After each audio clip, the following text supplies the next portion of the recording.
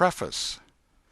Most of the adventures recorded in this book really occurred. One or two were experiences of my own, the rest those of boys who were schoolmates of mine. Huck Finn is drawn from life, Tom Sawyer also, but not from an individual. He is a combination of the characteristics of three boys whom I knew, and therefore belongs to the composite order of architecture. The odd superstitions touched upon were all prevalent among children and slaves in the West at the period of this story, that is to say 30 or 40 years ago. Although my book is intended mainly for the entertainment of boys and girls, I hope it will not be shunned by men and women on that account, for part of my plan has been to try to pleasantly remind adults of what they once were themselves, and of how they felt and thought and talked, and what queer enterprises they sometimes engaged in. The Author. Hartford, 1876. Chapter 1. Tom. No answer. Tom. No answer. What's gone with that boy, I wonder? You, Tom. No answer. The old lady pulled her spectacles down and looked over them about the room. Then she put them up and looked out under them. She seldom or never looked through them, for so small a thing as a boy. They were her state pair, the pride of her heart, and were built for style, not service. She could have seen through a pair of stove lids just as well. She looked perplexed for a moment, and then said, not fiercely, but still loud enough for the furniture to hear, "Well, I lay if I get hold of you, I'll—" She did not finish, for by this time she was bending down and punching under the bed with a broom, and so she needed breath to punctuate the punches with. She resurrected nothing but the cat. "I never see the beat of that boy." She went to the open door and stood in it, and looked out among the tomato vines and jimpson weeds that constituted the garden. No Tom. So she lifted up her voice at an angle calculated for distance, and shouted, "You, Tom!" There was a slight noise behind her, and she turned just in time to seize a small boy by the slack of his roundabout and arrest his flight. "There! I might 'a' thought of that closet. What you been doing in there?" "Nothing." "Nothing? Look at your hands, and look at your mouth. What is that truck?" "I don't know, Aunt." "Well, I know. It's jam, that's what it is.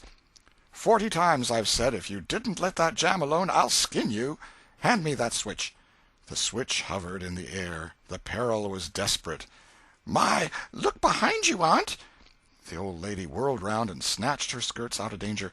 The lad fled on the instant, scrambled up the high board fence, and disappeared over it.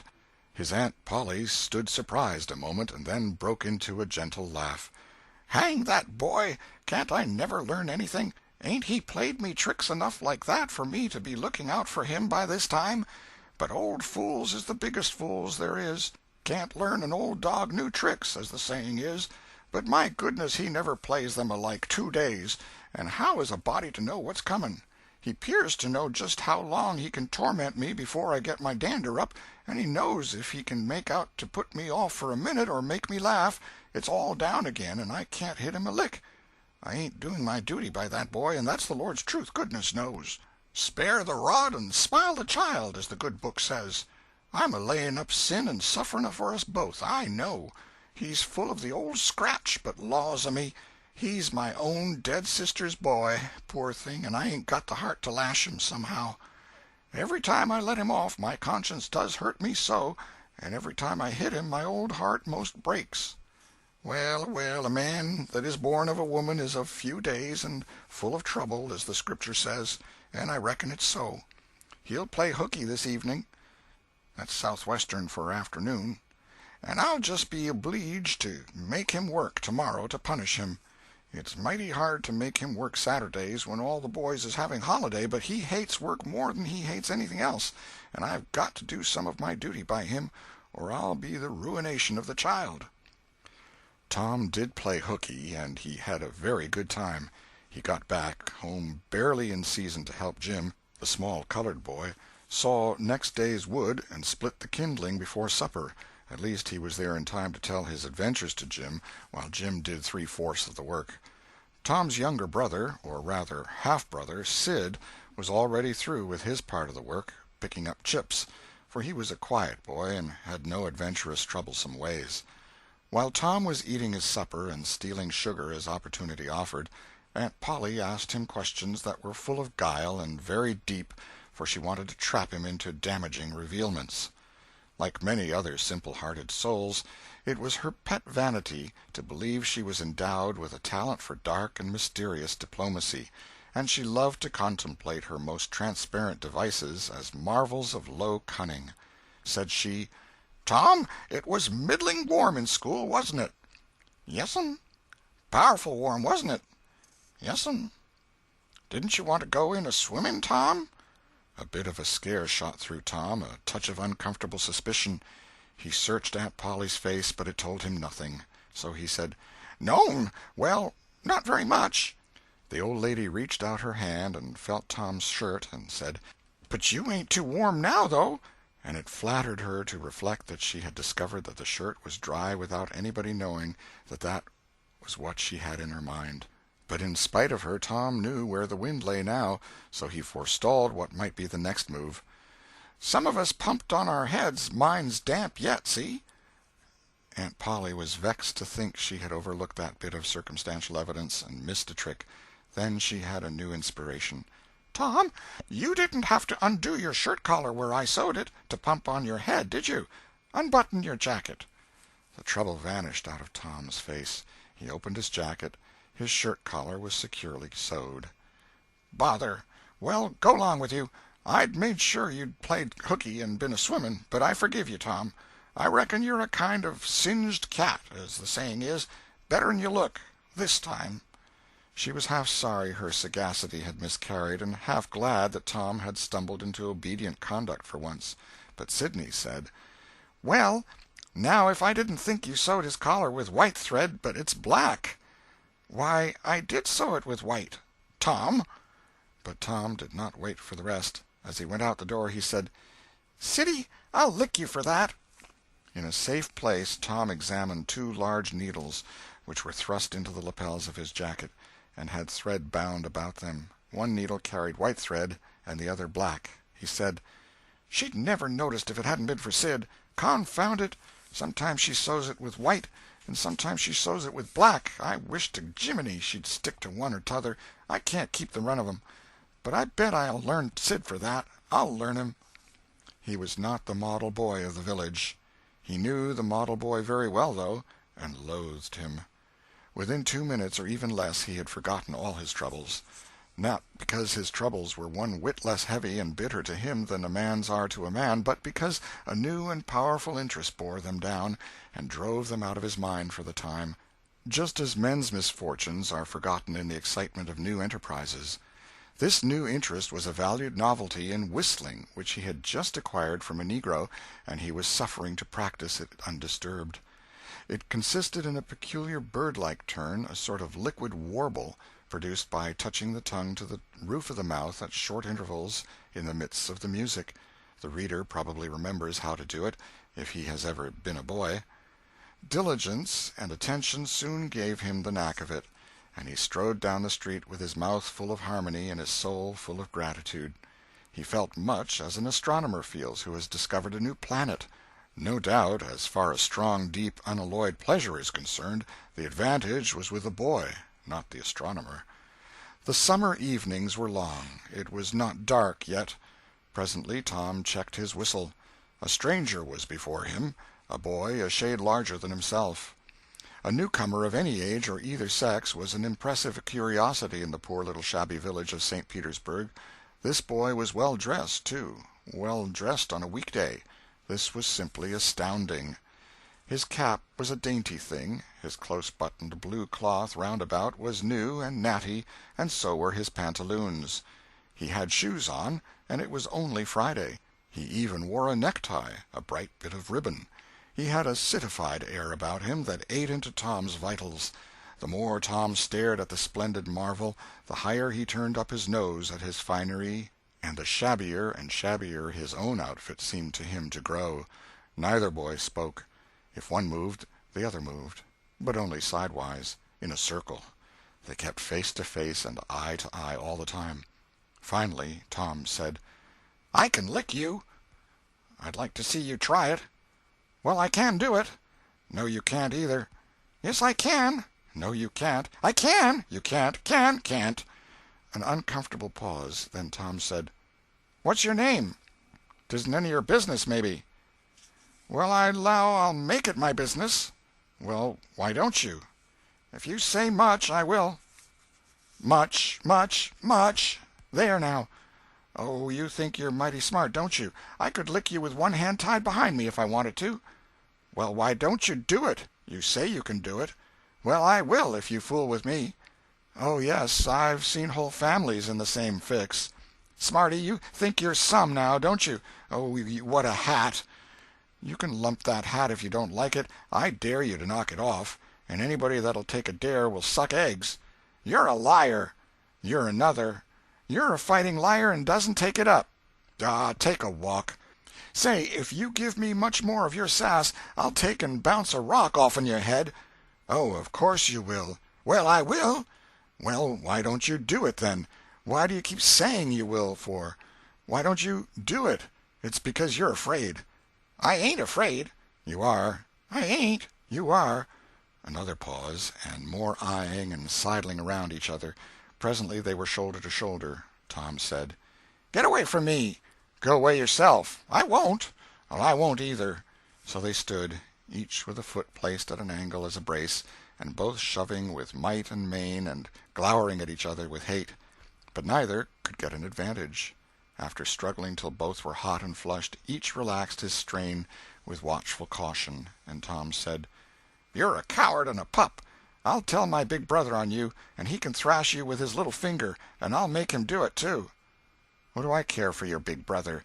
I've got a brother that's bigger than he is, and what's more, he can throw him over that fence, too." Both brothers were imaginary. "That's a lie." "Your saying so doesn't make it so." Tom drew a line in the dust with his big toe and said, "I dare you to step over that, and I'll lick you till you can't stand up. Anybody that'll take a dare will steal sheep." The new boy stepped over promptly and said, "Now you said you'd do it. Now let's see you do it." "Don't you crowd me, now. You better look out." "Well, you said you'd do it. Why don't you do it?" "By jingo, for 2 cents I will do it." The new boy took 2 broad coppers out of his pocket and held them out with derision. Tom struck them to the ground. In an instant both boys were rolling and tumbling in the dirt, gripped together like cats, and for the space of a minute they tugged and tore at each other's hair and clothes, punched and scratched each other's noses, and covered themselves with dust and glory. Presently the confusion took form, and through the fog of battle Tom appeared, seated astride the new boy, and pounding him with his fists. "Holler 'nuff," said he. The boy only struggled to free himself. He was crying, mainly from rage. "Holler 'nuff," and the pounding went on. At last the stranger got out a smothered "'Nuff," and Tom let him up and said, "Now that'll learn you. Better look out who you're fooling with next time." The new boy went off brushing the dust from his clothes, sobbing, snuffling, and occasionally looking back and shaking his head and threatening what he would do to Tom the next time he caught him out, to which Tom responded with jeers and started off in a high feather, and as soon as his back was turned the new boy snatched up a stone, threw it, and hit him between the shoulders, and then turned tail and ran like an antelope. Tom chased the traitor home, and thus found out where he lived. He then held a position at the gate for some time, daring the enemy to come outside, but the enemy only made faces at him through the window and declined. At last the enemy's mother appeared, and called Tom a bad, vicious, vulgar child, and ordered him away. So he went away, but he said he 'lowed to lay for that boy. He got home pretty late that night, and when he climbed cautiously in at the window he uncovered an ambuscade in the person of his aunt. And when she saw the state his clothes were in, her resolution to turn his Saturday holiday into captivity at hard labor became adamantine in its firmness. Chapter 2 The Glorious Whitewasher.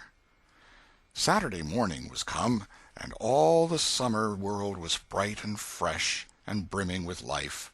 There was a song in every heart, and if the heart was young, the music issued at the lips.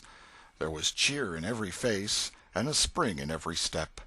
The locust trees were in bloom, and the fragrance of the blossoms filled the air. Cardiff Hill, beyond the village and above it, was green with vegetation, and it lay just far enough away to seem a delectable land, dreamy, reposeful, and inviting.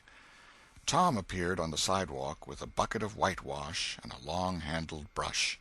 He surveyed the fence, and all gladness left him, and a deep melancholy settled down upon his spirit. 30 yards of board fence 9 feet high. Life to him seemed hollow, and existence but a burden. Sighing, he dipped his brush and passed it along the topmost plank, repeated the operation, did it again, compared the insignificant whitewashed streak with the far-reaching continent of unwhitewashed fence, and sat down on a tree-box discouraged. Jim came skipping out at the gate with a tin pail and singing "Buffalo Gals." Bringing water from the town pump had always been hateful work in Tom's eyes before, but now it did not strike him so. He remembered that there was company at the pump. White, mulatto, and negro boys and girls were always there waiting their turns, resting, trading playthings, quarreling, fighting, skylarking. And he remembered that although the pump was only 150 yards off, Jim never got back with a bucket of water under an hour, and even then somebody generally had to go after him. Tom said, "Say, Jim, I'll fetch the water if you'll whitewash some." Jim shook his head and said, "Can't, Mars Tom. Old missus, she told me I got to go and get dis water and stop fooling around with anybody. She say she spec Mars Tom gwine to ax me to whitewash, and so she told me to go 'long and tend to my own business. She 'lowed she'd tend to the whitewashing." "Oh, never mind what she said, Jim. That's the way she always talks. Gimme the bucket. I won't be gone only a minute. She won't ever know." "Oh, I dasn't, Mars Tom. Ole missus she'd take and tar de head off'n me. 'Deed she would." She never licks anybody. Whacks 'em over the head with her thimble, and who cares for that, I'd like to know. She talks awful, but talk don't hurt. Anyways, it don't if she don't cry. Jim, I'll give you a marvel. I'll give you a white alley." Jim began to waver. "White alley, Jim, and it's a bully taw." "My, that's a mighty gay marvel, I tell you. But, Mars Tom, I's powerful 'fraid of ole missus. And besides, if you will, I'll show you my sore toe." Jim was only human. This attraction was too much for him. He put down his pail, took the white alley, and bent over the toe with absorbing interest while the bandage was being unwound. In another moment he was flying down the street with his pail and a tingling rear. Tom was whitewashing with vigor, and Aunt Polly was retiring from the field with a slipper in her hand and triumph in her eye. But Tom's energy did not last. He began to think of the fun he had planned for this day, and his sorrows multiplied. Soon the free boys would come tripping along on all sorts of delicious expeditions, and they would make a world of fun of him for having to work. The very thought of it burnt him like fire. He got out his worldly wealth and examined it. Bits of toys, marbles, and trash. Enough to buy an exchange of work, maybe, but not half enough to buy so much as half an hour of pure freedom. So he returned his straitened means to his pocket and gave up the idea of trying to buy the boys. At this dark and hopeless moment an inspiration burst upon him, nothing less than a great, magnificent inspiration. He took up his brush and went tranquilly to work. Ben Rogers hove in sight presently, the very boy of all boys, whose ridicule he had been dreading. Ben's gait was the hop, skip, and jump, proof enough that his heart was light and his anticipations high. He was eating an apple, and giving a long, melodious whoop at intervals, followed by a deep-toned ding-dong-dong, ding-dong-dong, for he was personating a steamboat. As he drew near, he slackened speed, took the middle of the road, leaned far over to starboard, and rounded to, ponderously and with laborious pomp and circumstance, for he was personating the big Missouri, and considered himself to be drawing 9 feet of water.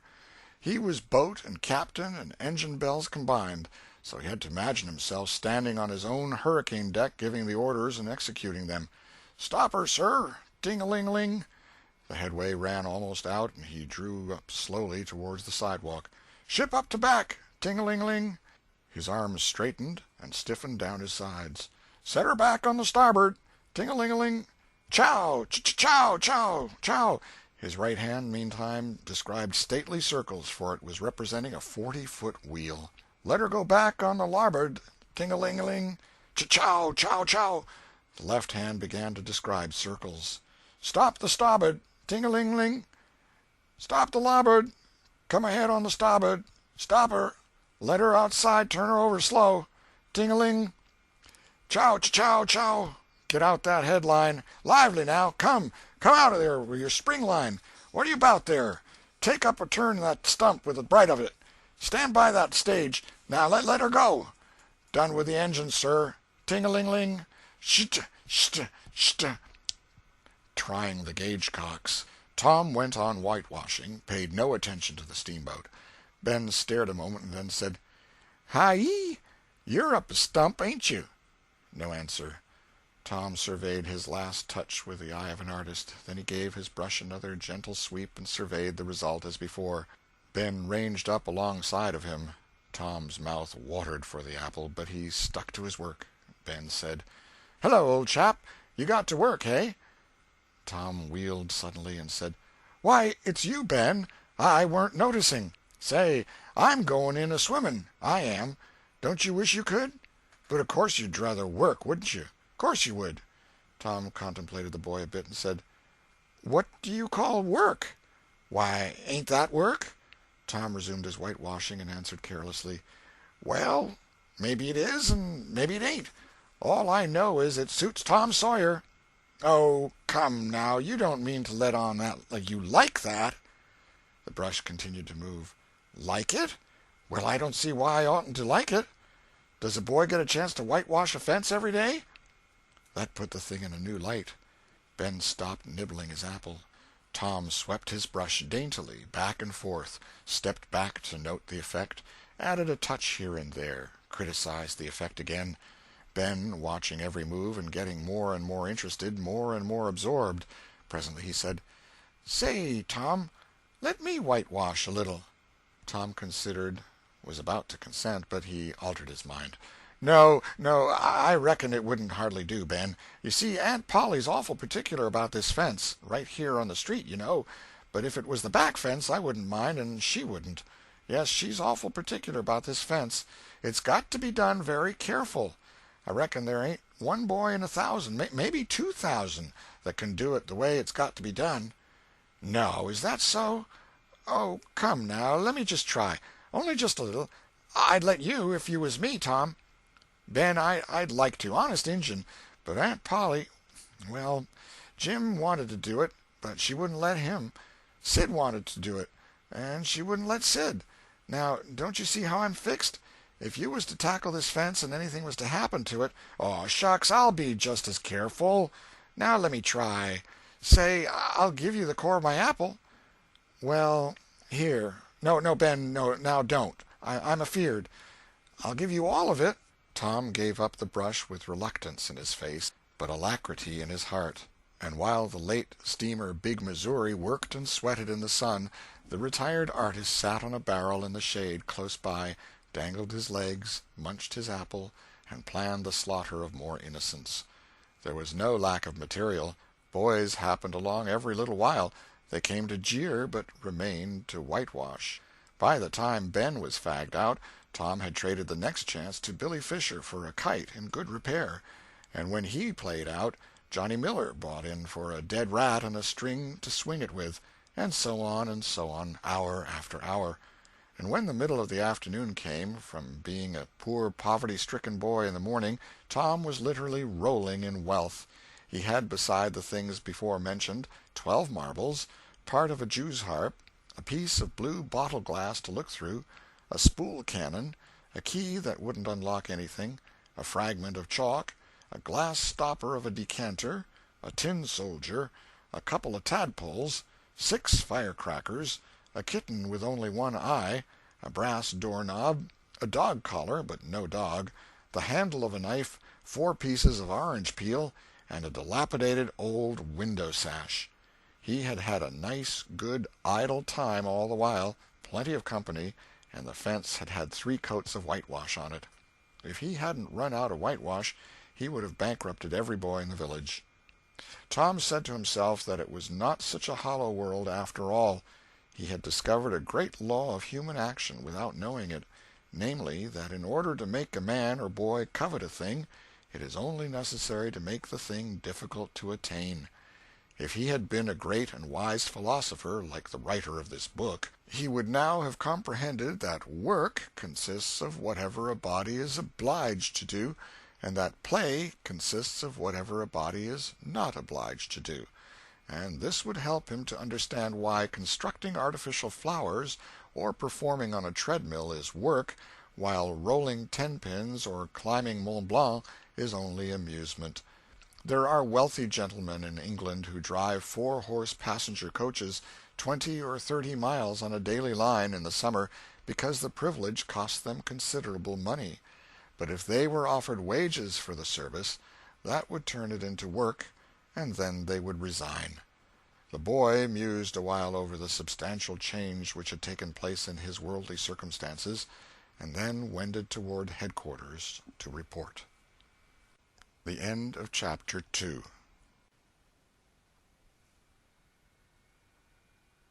Chapter 3. Busy at War and Love. Tom presented himself before Aunt Polly, who was sitting by an open window in a pleasant rearward apartment which was bedroom, breakfast-room, dining-room, and library combined. The balmy summer air, the restful quiet, the odor of the flowers, and the drowsing murmur of the bees had had their effect, and she was nodding over her knitting, for she had no company but the cat, and it was asleep in her lap. Her spectacles were propped up on her gray head for safety. She had thought that of course Tom had deserted long ago, and she wondered at seeing him place himself in her power again in this intrepid way. He said, "Mayn't I go and play now, Aunt?" "What, already? How much have you done?" "It's all done, Aunt." "Tom, don't lie to me. I can't bear it." "I ain't, Aunt. It is all done." Aunt Polly placed small trust in such evidence. She went out to see for herself, and she would have been content to find 20% of Tom's statement true. When she found the entire fence whitewashed, and not only whitewashed but elaborately coated and recoated, and even a streak added to the ground, her astonishment was almost unspeakable. She said, "Well, I never! There's no getting round it. You can work when you're a mind to, Tom." And then she diluted the compliment by adding, "But it's powerful seldom you're a mind to, I'm bound to say. Well, go along and play, but mind you get back some time in the week, or I'll tan you." She was so overcome by the splendor of his achievement that she took him into the closet and selected a choice apple and delivered it to him, along with an improving lecture upon the added value and flavor a treat took to itself when it came without sin through virtuous effort. And while she closed with a happy scriptural flourish, he hooked a doughnut. Then he skipped out and saw Sid just starting up the outside stairway that led to the back rooms on the second floor. Clods were handy, and the air was full of them in a twinkling. They raged around Sid like a hailstorm, and before Aunt Polly could collect her surprised faculties and sally to the rescue, 6 or 7 clods had taken personal effect, and Tom was over the fence and gone. There was a gate, but as a general thing he was too crowded for time to make use of it. His soul was at peace now that he had settled with Sid for calling attention to his black thread and getting him into trouble. Tom skirted the block and came round into a muddy alley that led by the back of his aunt's cow-stable. He presently got safely beyond the reach of capture and punishment and hastened towards the public square of the village, where 2 military companies of boys had met for conflict, according to previous appointment. Tom was general of one of these armies, Joe Harper, a bosom friend, general of the other. These 2 great commanders did not condescend to fight in person, that being better suited to the still smaller fry, but sat together on an eminence and conducted the field operations by orders delivered through aide-de-camp. Tom's army won a great victory, after a long and hard-fought battle. Then the dead were counted, prisoners exchanged, the terms of the next disagreement agreed upon, and the day for the necessary battle appointed. after which the armies fell into line and marched away, and Tom turned homeward alone. As he was passing by the house where Jeff Thatcher lived, he saw a new girl in the garden, a lovely little blue-eyed creature with yellow hair plaited into two long tails, white summer frock, and embroidered pantalettes. The fresh-crowned hero fell without firing a shot. A certain Amy Lawrence vanished out of his heart and left not even a memory of herself behind. He had thought he loved her to distraction. He had regarded his passion as adoration, and behold, it was only a poor little evanescent partiality. He had been months winning her. She had confessed hardly a week ago. He had been the happiest and the proudest boy in the world only 7 short days, and here in one instant of time she had gone out of his heart like a casual stranger whose visit is done. He worshipped this new angel with furtive eye, till he saw that she had discovered him. Then he pretended he did not know she was present, and began to show off in all sorts of absurd boyish ways in order to win her admiration. He kept up this grotesque foolishness for some time, but by and by, while he was in the midst of some dangerous gymnastic performances, he glanced aside and saw that the little girl was wending her way toward the house.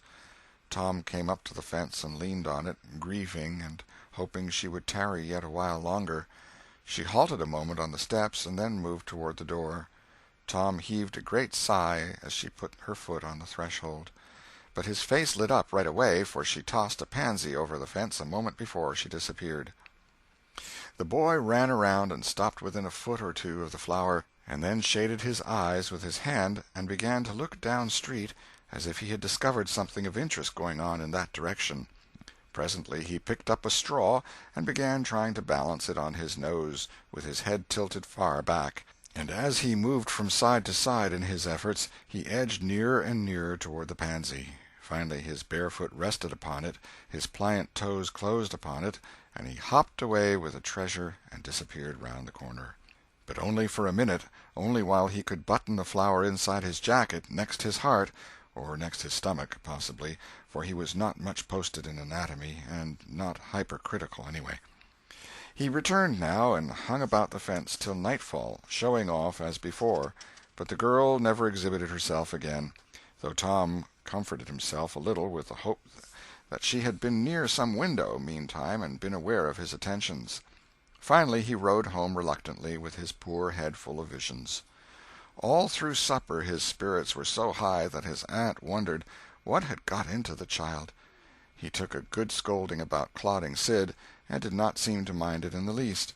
He tried to steal sugar under his aunt's very nose, and got his knuckles rapped for it. He said, "Aunt, you don't whack Sid when he takes it."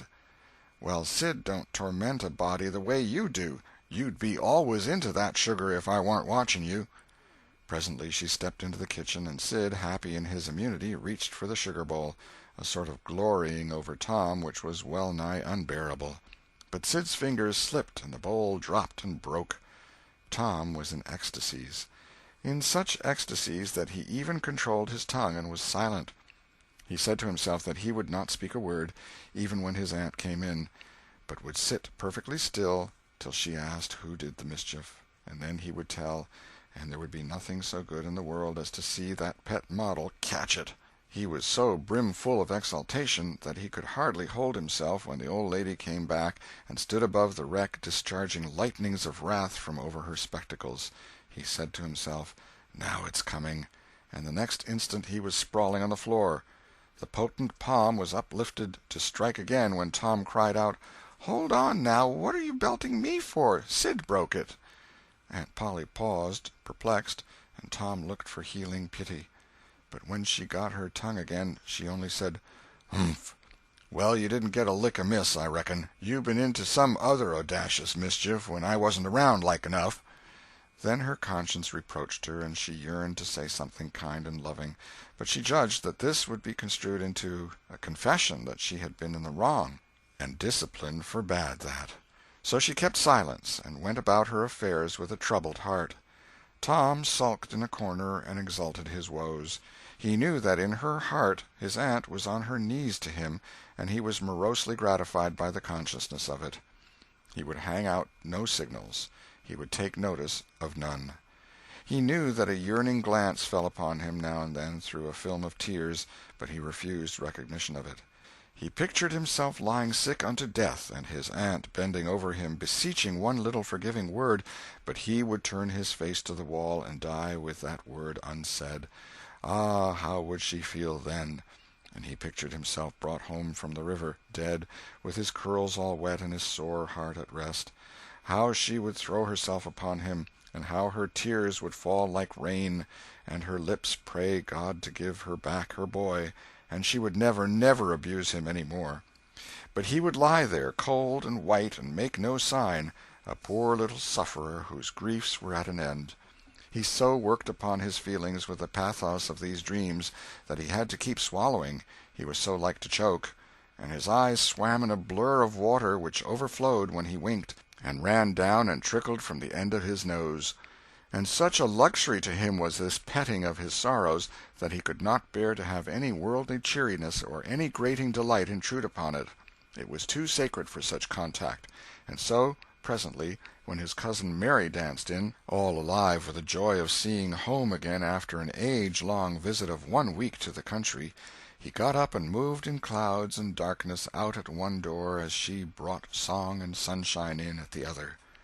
He wandered far from the accustomed haunts of boys, and sought desolate places that were in harmony with his spirit. A log raft in the river invited him, and he seated himself on its outer edge and contemplated the dreary vastness of the stream, wishing the while that he could only be drowned, all at once and unconsciously, without undergoing the uncomfortable routine devised by nature. Then he thought of his flower. He got it out, rumpled and wilted, and it mightily increased his dismal felicity. He wondered if she would pity him if she knew. Would she cry, and wish that she had a right to put her arms round his neck and comfort him? Or would she turn coldly away like all the hollow world? This picture brought such an agony of pleasurable suffering that he worked it over and over again in his mind, and set it up in new and varied lights till he wore it threadbare. At last he rose up, sighing, and departed in the darkness. About 9:30 or 10 o'clock he came along the deserted street to where the adored unknown lived. He paused a moment. No sound fell upon his listening ear. A candle was casting a dull glow upon the curtain of a second-story window. Was the sacred presence there? He climbed the fence, threaded his stealthy way through the plants, till he stood under that window. He looked up at it long and with emotion. Then he laid him down on the ground under it, disposing himself upon his back, with his hands clasped upon his breast and holding his poor wilted flower. And thus he would die, out in the cold world, with no shelter over his homeless head, no friendly hand to wipe the death damps from his brow, no loving face to bend pityingly over him when the great agony came. And thus she would see him when she looked out upon the glad morning, and oh, would she drop one little tear upon his poor lifeless form, would she heave one little sigh to see a bright young life so rudely blighted, so untimely cut down?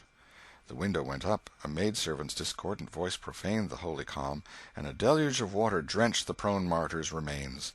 The strangling hero sprang up with a relieving snort. There was a whiz as of a missile in the air, mingled with a murmur of a curse, a sound as of shivering glass followed, and a small vague form went over the fence and shot away in the gloom. Not long after, as Tom, all undressed for bed, was surveying his drenched garments by the light of a tallow dip, Sid woke up. But if he had any dim idea of making any references to illusions, he thought better of it and held his peace, for there was danger in Tom's eye. Tom turned in without the added vexation of prayers, and Sid made mental note of the omission. End of Chapter 3. Chapter 4. Showing Off in Sunday School. The sun rose upon a tranquil world and beamed down upon the peaceful village like a benediction. Breakfast over, Aunt Polly had family worship. It began with a prayer built from the ground up of solid courses of scriptural quotations, welded together with a thin mortar of originality. And from the summit of this she delivered a grim chapter of the Mosaic law, as from Sinai. Then Tom girded up his loins, so to speak, and went to work to get his verses. Sid had learned his lesson days before. Tom bent all his energies to the memorizing of 5 verses, and he chose part of the Sermon on the Mount because he could find no verses that were shorter. At the end of half an hour Tom had a vague general idea of his lesson, but no more, for his mind was traversing the whole field of human thought, and his hands were busy with distracting recreations. Mary took his book to hear him recite, and he tried to find his way through the fog. "Blessed are the poor? Yes, poor. Blessed are the poor in spirit. In spirit. Blessed are the poor in spirit, for theirs. For theirs. Blessed are the poor in spirit, for theirs is the kingdom of heaven. Blessed are they that mourn, for they, for they, S-H-A. For they, S-H, oh, I don't know what it is. Shall. Oh, shall. Shall mourn. Blessed are they that shall, they that shall mourn, for they shall what? Why don't you tell me, Mary? What do you want to be so mean for? Oh, Tom, you poor thick-headed thing, I'm not teasing you. I wouldn't do that. You must go and learn it again. Don't you be discouraged, Tom. You'll manage it, and if you do, I'll give you something ever so nice. There now, that's a good boy. All right. What is it, Mary? Tell me what it is. Never you mind, Tom. You know if I say it's nice, it is nice. You bet you that's so, Mary. All right, I'll tackle it again. And he did tackle it again, and under the double pressure of curiosity and prospective gain, he did it with such spirit that he accomplished a shining success. Mary gave him a brand-new Barlow knife worth 12.5 cents, and the convulsion of delight that swept his system shook him to his foundations. True, the knife would not cut anything, but it was a sure enough Barlow, and there was inconceivable grandeur in that, though where the Western boys ever got the idea that such a weapon could possibly be counterfeited to its injury is an imposing mystery and will always remain so, perhaps. Tom contrived to scarify the cupboard with it, and was arranging to begin on the bureau, when he was called off to dress for Sunday school. Mary gave him a tin basin of water and a piece of soap, and he went outside the door and set the basin on a little bench there. Then he dipped the soap in the water and laid it down, turned up his sleeves, poured out the water on the ground, gently, and then entered the kitchen and began to wipe his face diligently on the towel behind the door. But Mary removed the towel and said, "Now, ain't you ashamed, Tom? You mustn't be so bad. Water won't hurt you." Tom was a trifle disconcerted. The basin was refilled, and this time he stood over it a little while, gathering resolution, took in a big breath, and began. When he entered the kitchen presently, with both eyes shut and groping for the towel with his hands, an honorable testimony of suds and water was dripping from his face. But when he emerged from the towel he was not yet satisfactory, for the clean territory stopped short at his chin, and his jaws like a mask. Below and beyond this line there was a dark expanse of unirrigated soil that spread downward in front and backward around his neck. Mary took him in hand, and when she was done with him, he was a man and a brother without distinction of color, and his saturated hair was neatly brushed and its short curls wrought into a dainty and symmetrical general effect. He privately smoothed out the curls with labor and difficulty, and plastered his hair close down to his head, for he held curls to be effeminate, and his own filled his life with bitterness. Then Mary got out a suit of his clothing that had been used only on Sundays during 2 years. They were simply called his other clothes, and so by that we know the size of his wardrobe. The girl put him to rights after he had dressed himself. She buttoned his neat roundabout up to his chin, turned his vast shirt-collar down over his shoulders, brushed him off, and crowned him with his speckled straw hat. He now looked exceedingly improved and uncomfortable. He was fully as uncomfortable as he looked, for there was a restraint about whole clothes and cleanliness that galled him. He hoped that Mary would forget his shoes, but the hope was blighted. She coated them thoroughly with tallow, as was the custom, and brought them out. He lost his temper and said he was always being made to do everything he didn't want to do, but Mary said persuasively, "Please, Tom, that's a good boy." So he got into the shoes, snarling. Mary was soon ready, and the 3 children set out for Sunday school, a place that Tom hated with his whole heart, but Sid and Mary were fond of. Sabbath school hours were from 9 to 10:30, and then church service. Two of the children always remained for the sermon voluntarily, and the other always remained too, for stronger reasons. The church's high-backed, uncushioned pews would seat about 300 persons. The edifice was but a small, plain affair, with a sort of pine-board tree-box on top of it for a steeple. At the door Tom dropped back a step and accosted a Sunday-dressed comrade. "Say, Billy, got a yaller ticket?" "Yes." "What'll you take for her?" "What'll you give?" "Piece of licorice and a fish-hook." "Let's see 'em." Tom exhibited. They were satisfactory, and the property changed hands. Then Tom traded a couple of white alleys for 3 red tickets, and some small trifle or other for a couple of blue ones. He waylaid other boys as they came, and went on buying tickets of various colors 10 or 15 minutes longer. He entered the church, now with a swarm of clean and noisy boys and girls, proceeded to his seat, and started a quarrel with the first boy that came handy. The teacher, a grave elderly man, interfered, then turned his back a moment, and Tom pulled a boy's hair in the next bench, and was absorbed in his book when the boy turned round, stuck a pin in another boy presently in order to hear him say "ouch," and got a new reprimand from his teacher. Tom's whole class were of a pattern, restless, noisy, and troublesome. When they came to recite their lessons, not one of them knew his verses perfectly, but had to be prompted all along. However, they worried through, and each got his reward, in small blue tickets, each with a passage of Scripture on it. Each blue ticket was pay for 2 verses of the recitation. 10 blue tickets equaled a red one, and could be exchanged for it. 10 red tickets equaled a yellow one. For 10 yellow tickets the superintendent gave a very plainly bound Bible, worth 40 cents in those easy days, to the pupil. How many of my readers would have the industry and application to memorize 2,000 verses even for a Doré Bible? And yet Mary had acquired 2 Bibles in this way. It was the patient work of 2 years. And a boy of German parentage had won 4 or 5. He once recited 3,000 verses without stopping. But the strain upon his mental faculties was too great, and he was little better than an idiot from that day forth. A grievous misfortune for the school, for on great occasions before company the superintendent, as Tom expressed it, had always made this boy come out and spread himself. Only the older pupils managed to keep their tickets and stick to their tedious work long enough to get a Bible, and so the delivery of one of these prizes was a rare and noteworthy circumstance. The successful pupil was so great and conspicuous for that day that on the spot every scholar's heart was fired with a fresh ambition that often lasted a couple of weeks. It is possible that Tom's mental stomach had never really hungered for one of those prizes, but unquestionably his entire being had for many a day longed for the glory and the éclat that came with it.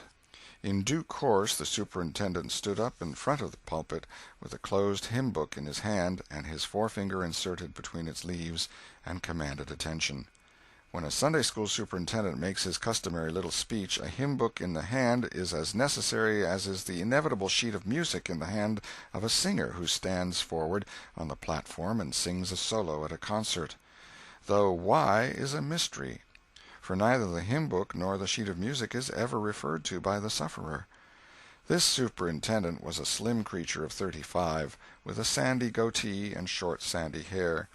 He wore a stiff standing collar whose upper edge almost reached his ears, and whose sharp points curved forward abreast the corners of his mouth, a fence that compelled a straight look-out ahead, and a turning of the whole body when a side view was required. His chin was propped on a spreading cravat, which was as broad and as long as a bank-note, and had fringed ends. His boot-toes were turned sharply up, in the fashion of the day, like sleigh-runners, an effect patiently and laboriously produced by the young men by sitting with their toes pressed against a wall for hours together. Mr. Walters was very earnest of mien, and very sincere and honest at heart, and he held sacred things and places in such reverence, and so separated them from worldly matters, that unconsciously to himself his Sunday-school voice had acquired a peculiar intonation which was wholly absent on weekdays. He began after this fashion: "Now, children, I want you all to sit up just as straight and pretty as you can and give me all your attention for a minute or two. There, that is it. That is the way good little boys and girls should do. I see one little girl who is looking out of the window. I am afraid she thinks I am out there somewhere, perhaps up in one of the trees making a speech to the little birds. Applausive titter. I want to tell you how good it makes me feel to see so many bright, clean little faces assembled in a place like this, learning to do right and be good, and so forth and so on. It is not necessary to set down the rest of the oration. It was of a pattern which does not vary, and so it is familiar to us all.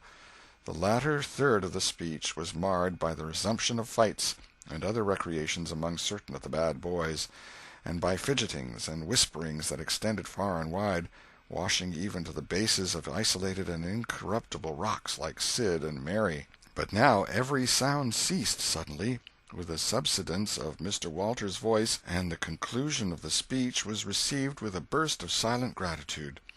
A good part of the whispering had been occasioned by an event which was more or less rare, the entrance of visitors. Lawyer Thatcher, accompanied by a very feeble and aged man, a fine, portly, middle-aged gentleman with iron-gray hair, and a dignified lady who was doubtless the latter's wife. The lady was leading a child. Tom had been restless and full of chafings and repinings, conscience-smitten, too. He could not meet Amy Lawrence's eye. He could not brook her loving gaze. But when he saw this small newcomer, his soul was all ablaze with bliss in a moment. The next moment he was showing off with all his might, cuffing boys, pulling hair, making faces, in a word, using every art that seemed likely to fascinate a girl and win her applause. His exaltations had but one alloy, the memory of his humiliation in this angel's garden, and that record in sand was fast washing out under the waves of happiness that were sweeping over it now. The visitors were given the highest seat of honor, and as soon as Mr. Walters's speech was finished he introduced them to the school. The middle-aged man turned out to be a prodigious personage, no less a one than the county judge, altogether the most august creation these children had ever looked upon, and they wondered what kind of material he was made of, and they half wanted to hear him roar, and were half afraid he might, too. He was from Constantinople, 12 miles away, so he had traveled, and seen the world. These very eyes had looked upon the county courthouse, which was said to have a tin roof. The awe which these reflections inspired was attested by the impressive silences and the ranks of staring eyes. This was the great Judge Thatcher, brother of their own lawyer. Jeff Thatcher immediately went forward to be familiar with the great man and be envied by the school.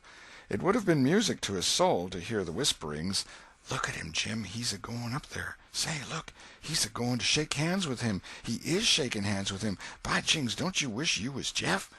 Mr. Walters fell to showing off, with all sorts of official bustlings and activities, giving orders and delivering judgments, discharging directions here, there, everywhere that he could find a target. The librarian showed off, running hither and thither with his arms full of books, and making a deal of the splutter and fuss that insect authority delights in. The young lady teachers showed off, bending sweetly over pupils that were lately being boxed, lifting pretty warning fingers at bad little boys, and patting good ones lovingly. The young gentlemen teachers showed off with small scoldings and other little displays of authority and fine attention to discipline, and most of the teachers of both sexes found business up at the library by the pulpit. And it was business that frequently had to be done over again 2 or 3 times, with much seeming vexation. The little girls showed off in various ways, and the little boys showed off with such diligence that the air was thick with paper wads and the murmur of scuffling. And above it all, the great man sat and beamed a majestic judicial smile upon all the house, and warmed himself in the sun of his own grandeur, for he was showing off, too. There was only one thing wanting to make Mr. Walters's ecstasy complete, and that was a chance to deliver a Bible prize and exhibit a prodigy. Several pupils had a few yellow tickets, but none had enough, and he had been around among the star pupils inquiring. He would have given worlds now to have that German lad back again with a sound mind. And now at this moment, when hope was dead, Tom Sawyer came forward with 9 yellow tickets, 9 red tickets, and 10 blue ones, and demanded a Bible. This was a thunderbolt out of a clear sky. Walters was not expecting an application from this source for the next 10 years. But there was no getting around it. Here were the certified checks, and they were good for their face. Tom was therefore elevated to a place with the judge and the other elect, and the great news was announced from headquarters. It was the most stunning surprise of the decade, and so profound was the sensation that it lifted the new hero up to the judicial one's altitude, and the school had two marvels to gaze upon in place of one. The boys were all eaten up with envy, and those that suffered the bitterest pangs were those who perceived too late that they themselves had contributed to this hated splendor by trading tickets to Tom for the wealth he had amassed in selling whitewashing privileges. These despised themselves as being the dupes of a wily fraud, a guileful snake in the grass.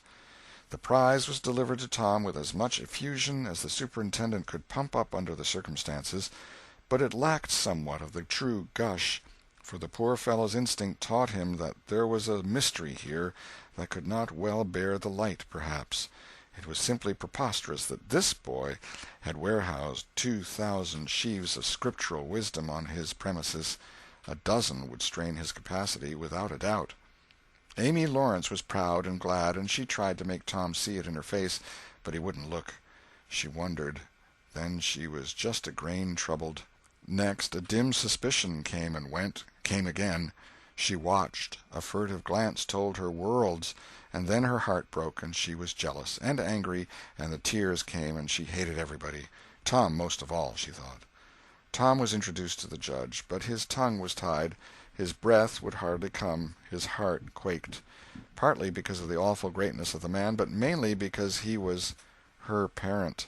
He would have liked to fall down and worship him if it were in the dark. The judge put his hand on Tom's head and called him a fine little man, and asked him what his name was. The boy stammered, gasped, and got it out. "Tom." "Oh, no, not Tom. It is Thomas." "Ah, that's it. I thought there was more to it, maybe. That's very well. But you've another one, I dare say, and you'll tell it to me, won't you?" "Tell the gentleman your other name, Thomas," said Walters, "and say 'sir.' You mustn't forget your manners." "Thomas Sawyer, sir." "That's it. That's a good boy. Fine manly little fellow. 2,000 verses is a great many, very, very great many, and you never can be sorry for the trouble you took to learn them. For knowledge is worth more than anything there is in the world. It's what makes great men and good men. You'll be a great man and a good man yourself some day, Thomas, and then you'll look back and say, 'It's all owing to the precious Sunday school privileges of my boyhood. It's all owing to my dear teachers that taught me to learn. It's all owing to the good superintendent who encouraged me and watched over me and gave me a beautiful Bible, a splendid, elegant Bible, to keep and have it all for my own, always. It's all owing to right bringing up.' That is what you will say, Thomas, and you wouldn't take any money for those 2,000 verses. No, indeed you wouldn't. And now you wouldn't mind telling me and this lady some of the things you've learned. No, I know you wouldn't, for we are proud of little boys that learn. Now, no doubt you know the names of all the 12 disciples. Won't you tell us the names of the first 2 that were appointed?" Tom was tugging at a buttonhole and looking sheepish. He blushed now, and his eyes fell. Mr. Walters' heart sank within him. He said to himself, "It is not possible that the boy can answer the simplest question. Why did the judge ask him?" Yet he felt obliged to speak up and say, "Answer the gentleman, Thomas. Don't be afraid." Tom still hung fire. "Now I know you'll tell me," said the lady. "The names of the first 2 disciples were David and Goliath." Let us draw the curtain of charity over the rest of the scene. End of Chapter 4. Chapter 5. The Pinch-Bug and His Prey. About 10:30 the cracked bell of the small church began to ring, and presently the people began to gather for the morning sermon. The Sunday-school children distributed themselves about the house and occupied pews with their parents so as to be under supervision. Aunt Polly came, and Tom and Sid and Mary sat with her, Tom being placed next to the aisle, in order that he might be as far away from the open window and the seductive outside summer scenes as possible. The crowd filed up the aisles, the aged and needy postmaster, who had seen better days, the mayor and his wife, for they had a mayor there among other unnecessaries, the justice of the peace, the widow Douglas, fair, smart, and 40, a generous, good-hearted soul, and well-to-do, her hill mansion the only palace in the town, and the most hospitable and much the most lavish in the matter of festivities that St. Petersburg could boast, the bent and venerable Major and Mrs. Ward, Lawyer Riverson, the new notable from a distance, next the belle of the village, followed by a troop of lawn-clad and ribbon-decked young heartbreakers, then all the young clerks in town in a body, for they had stood in the vestibule sucking their cane-heads, a circling wall of oiled and simpering admirers, till the last girl had run their gauntlet. And last of all came the model boy, Willie Mufferson, taking as heedful care of his mother as if she were cut glass. He always brought his mother to church, and was the pride of all the matrons. The boys all hated him, he was no good. And besides, he had been thrown up to them so much. His white handkerchief was hanging out of his pocket behind, as usual on Sundays, accidentally. Tom had no handkerchief, and he looked upon boys who had as snobs. The congregation being fully assembled now, the bell rang once more, to warn laggards and stragglers, and then a solemn hush fell upon the church, which was only broken by the tittering and whispering of the choir in the gallery. The choir always tittered and whispered all through service. There was once a church choir that was not ill-bred, but I have forgotten where it was now. It was a great many years ago, and I can scarcely remember anything about it, but I think it was in some foreign country. The minister gave out the hymn, and read it through with a relish in a peculiar style which was much admired in that part of the country. His voice began on a medium key, and climbed steadily up till it reached a certain point, where it bore with strong emphasis upon the topmost word, and then plunged down as if from a springboard. Shall I be carried to the skies on flowery beds of ease, whilst others fight to win the prize and sail through bloody seas? He was regarded as a wonderful reader. At church sociables he was always called upon to read poetry, and when he was through, the ladies would lift up their hands and let them fall helplessly in their laps, and wall their eyes and shake their heads, as much as to say, "Words cannot express it. It is too beautiful for this mortal earth." After the hymn had been sung, the Reverend Mr. Sprague turned himself into a bulletin board, and read off notices of meetings and societies and things, till it seemed that the list would stretch out to the crack of doom, a queer custom which is still kept up in America, even in cities away here in this age of abundant newspapers. Often the less there is to justify a traditional custom, the harder it is to get rid of it. And now the minister prayed. A good, generous prayer it was, and went into details.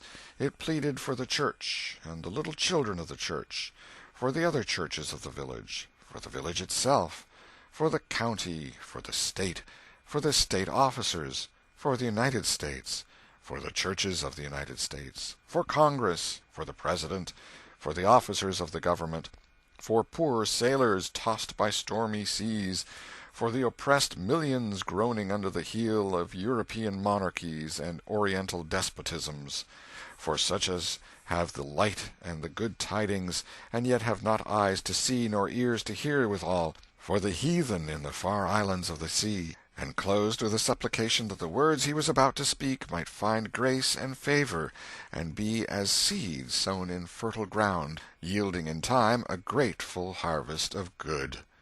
Amen. There was a rustling of dresses, and the standing congregation sat down. The boy whose history this book relates did not enjoy the prayer. He only endured it, if he even did that much. He was restive all through it.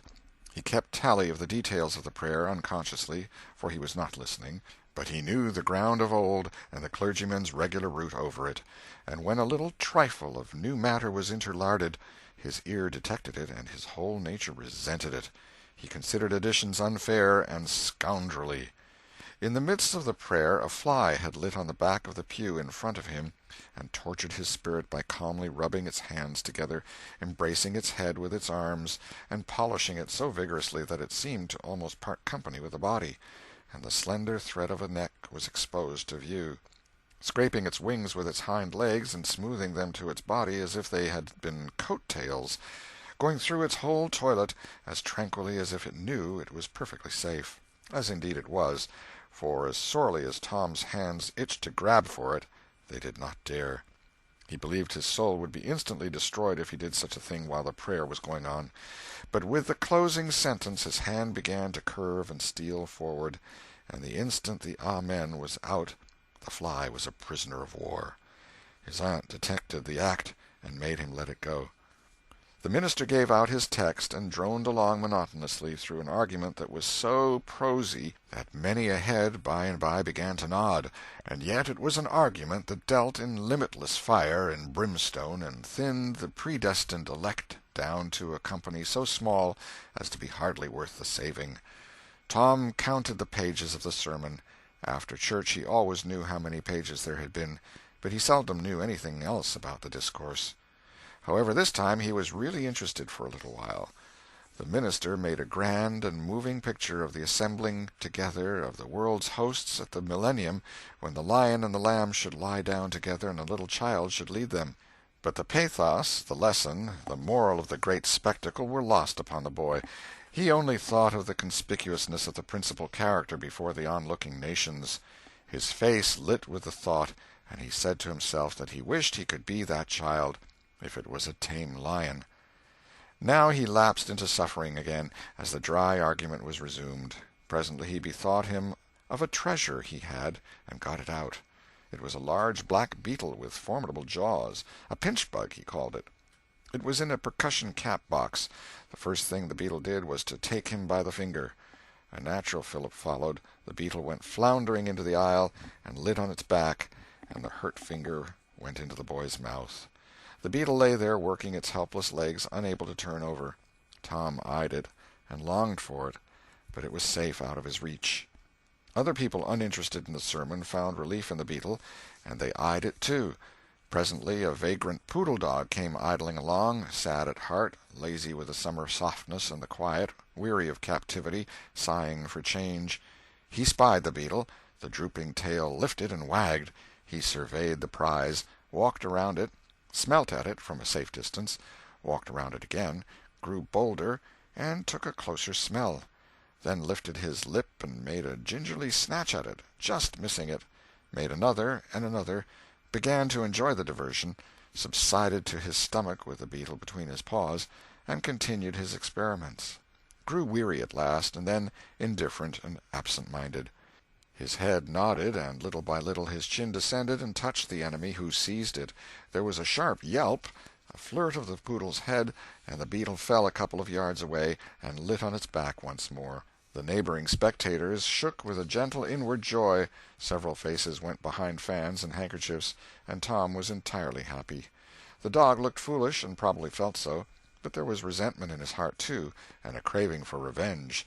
So he went to the beetle and began a wary attack on it again, jumping at it from every point of a circle, lighting with his forepaws within an inch of the creature, making even closer snatches at it with his teeth, and jerking his head till his ears flapped again.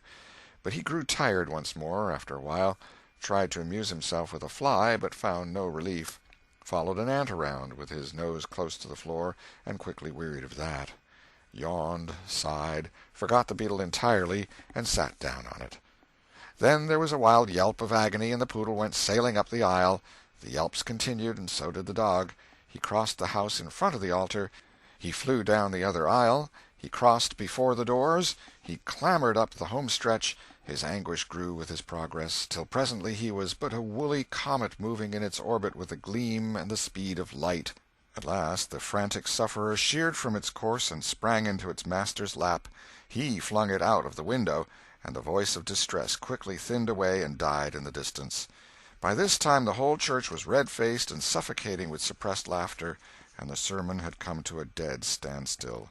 The discourse was resumed presently, but it went lame and halting, all possibility of impressiveness being at an end, for even the gravest sentiments were constantly being received with a smothered burst of unholy mirth, under cover of some remote pew-back, as if the poor parson had said a rarely facetious thing.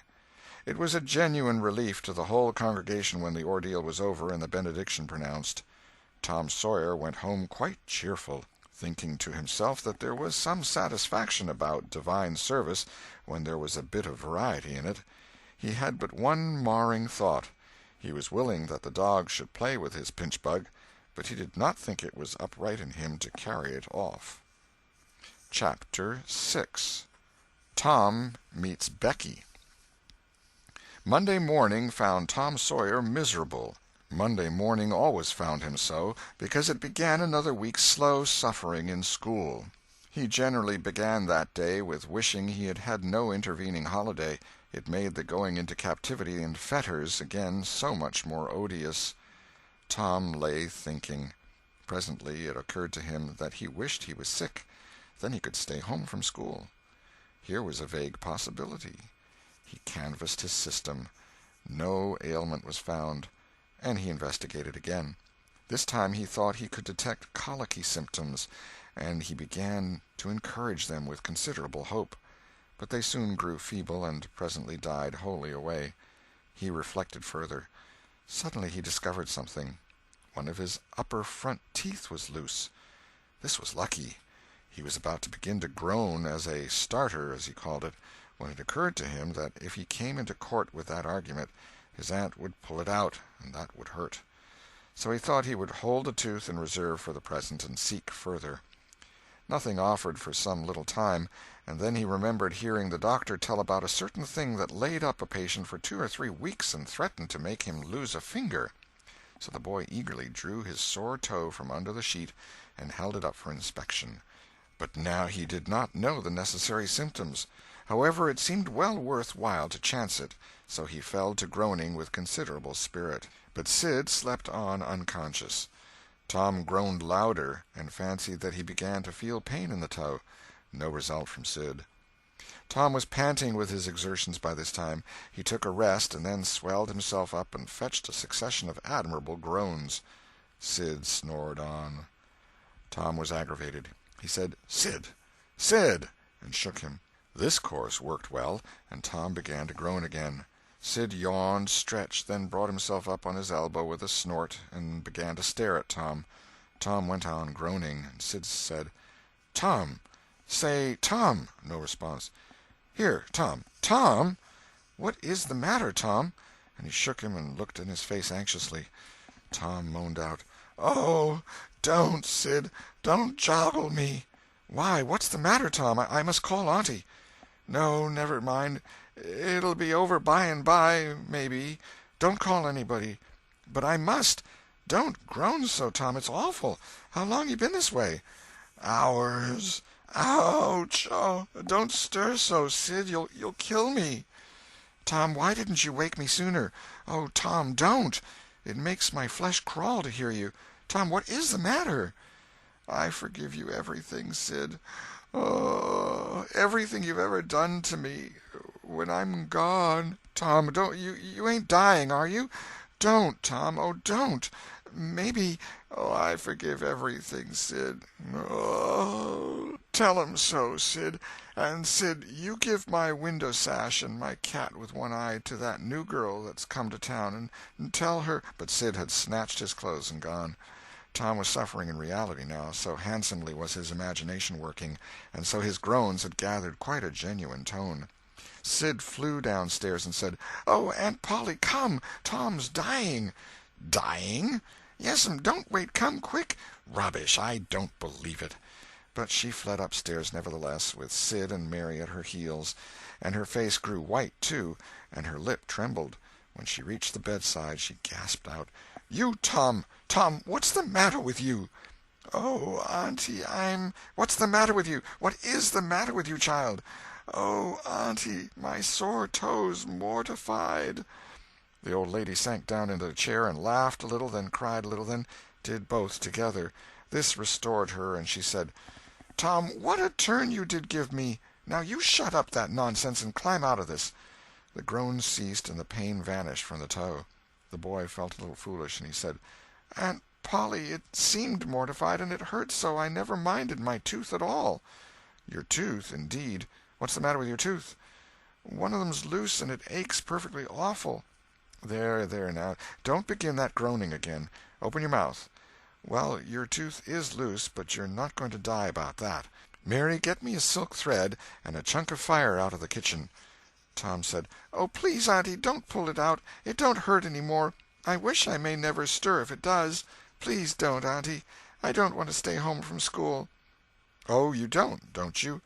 So all this row was because you thought you'd get to stay home from school and go a-fishing. Tom, Tom, I love you so, and you seem to try every way you can to break my old heart with your outrageousness." By this time the dental instruments were ready. The old lady made one end of the silk thread fast to Tom's tooth with a loop, and tied the other to the bedpost. Then she seized the chunk of fire and suddenly thrust it almost into the boy's face. The tooth hung dangling by the bedpost now. But all trials bring their compensations. As Tom wended to school after breakfast, he was the envy of every boy he met because the gap in his upper row of teeth enabled him to expectorate in a new and admirable way. He gathered quite a following of lads interested in the exhibition, and one that had cut his finger and had been a center of fascination and homage up to this time, now found himself suddenly without an adherent, and shorn of his glory. His heart was heavy, and he said with a disdain which he did not feel that it wasn't anything to spit like Tom Sawyer, but another boy said, "Sour grapes," and he wandered away a dismantled hero. Shortly Tom came upon the juvenile pariah of the village, Huckleberry Finn, son of the town drunkard. Huckleberry was cordially hated and dreaded by all the mothers of the town, because he was idle and lawless and vulgar and bad, and because all their children admired him so, and delighted in his forbidden society, and wished they dared to be like him. Tom was like the rest of the respectable boys in that he envied Huckleberry his gaudy, outcast condition, and was under strict orders not to play with him. So he played with him every time he got a chance. Huckleberry was always dressed in the cast-off clothes of full-grown men, and they were in perennial bloom and fluttering with rags. His hat was a vast ruin with a wide crescent lopped out of its brim. His coat, when he wore one, hung nearly to his heels, and had the rearward buttons far down the back, but one suspender supported his trousers. The seat of the trousers bagged low and contained nothing. The fringed legs dragged in the dirt when not rolled up. Huckleberry came and went at his own free will. He slept on doorsteps in fine weather and in empty hogsheads in wet. He did not have to go to school or to church, or call any being master, or obey anybody. He could go fishing or swimming when and where he chose, and stay as long as it suited him. Nobody forbade him to fight. He could sit up as late as he pleased. He was always the first boy that went barefoot in the spring, and the last to resume leather in the fall. He never had to wash, nor put on clean clothes. He could swear wonderfully. In a word, everything that goes to make life precious, that boy had. So thought every harassed, hampered, respectable boy in St. Petersburg. Tom hailed the romantic outcast. "Hello, Huckleberry." "Hello yourself, and see how you like it." "What's that you got?" "Dead cat." "Let me see him, Huck. My, he's pretty stiff. Where'd you get him?" "Bought him off'n a boy." "What'd you give?" "I give a blue ticket and a bladder that I got at the slaughterhouse." "Where'd you get the blue ticket?" "Bought it off'n Ben Rogers 2 weeks ago for a hoopstick." "Say, what is dead cats good for, Huck?" "Good for? Cure warts with." "No, is that so? I know something that's better." "I bet you don't. What is it?" "Why, spunk water." "Spunk water? I wouldn't give a dern for spunk water." "You wouldn't you? Did you ever try it?" "No, I hain't." "But Bob Tanner did." "Who told you so?"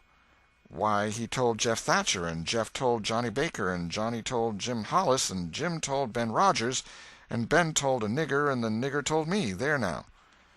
"Well, what of it? They'll all lie. Leastwise all but the nigger. I don't know him. But I never see a nigger that wouldn't lie." "Shucks! Now you tell me how Bob Tanner done it, Huck." "Why, he took and dipped his hand in a rotten stump where the rain water was." "In the daytime?" "Certainly." With his face to the stump? Yes. At least I reckon so. Did he say anything? I don't reckon he did. I don't know. Aha!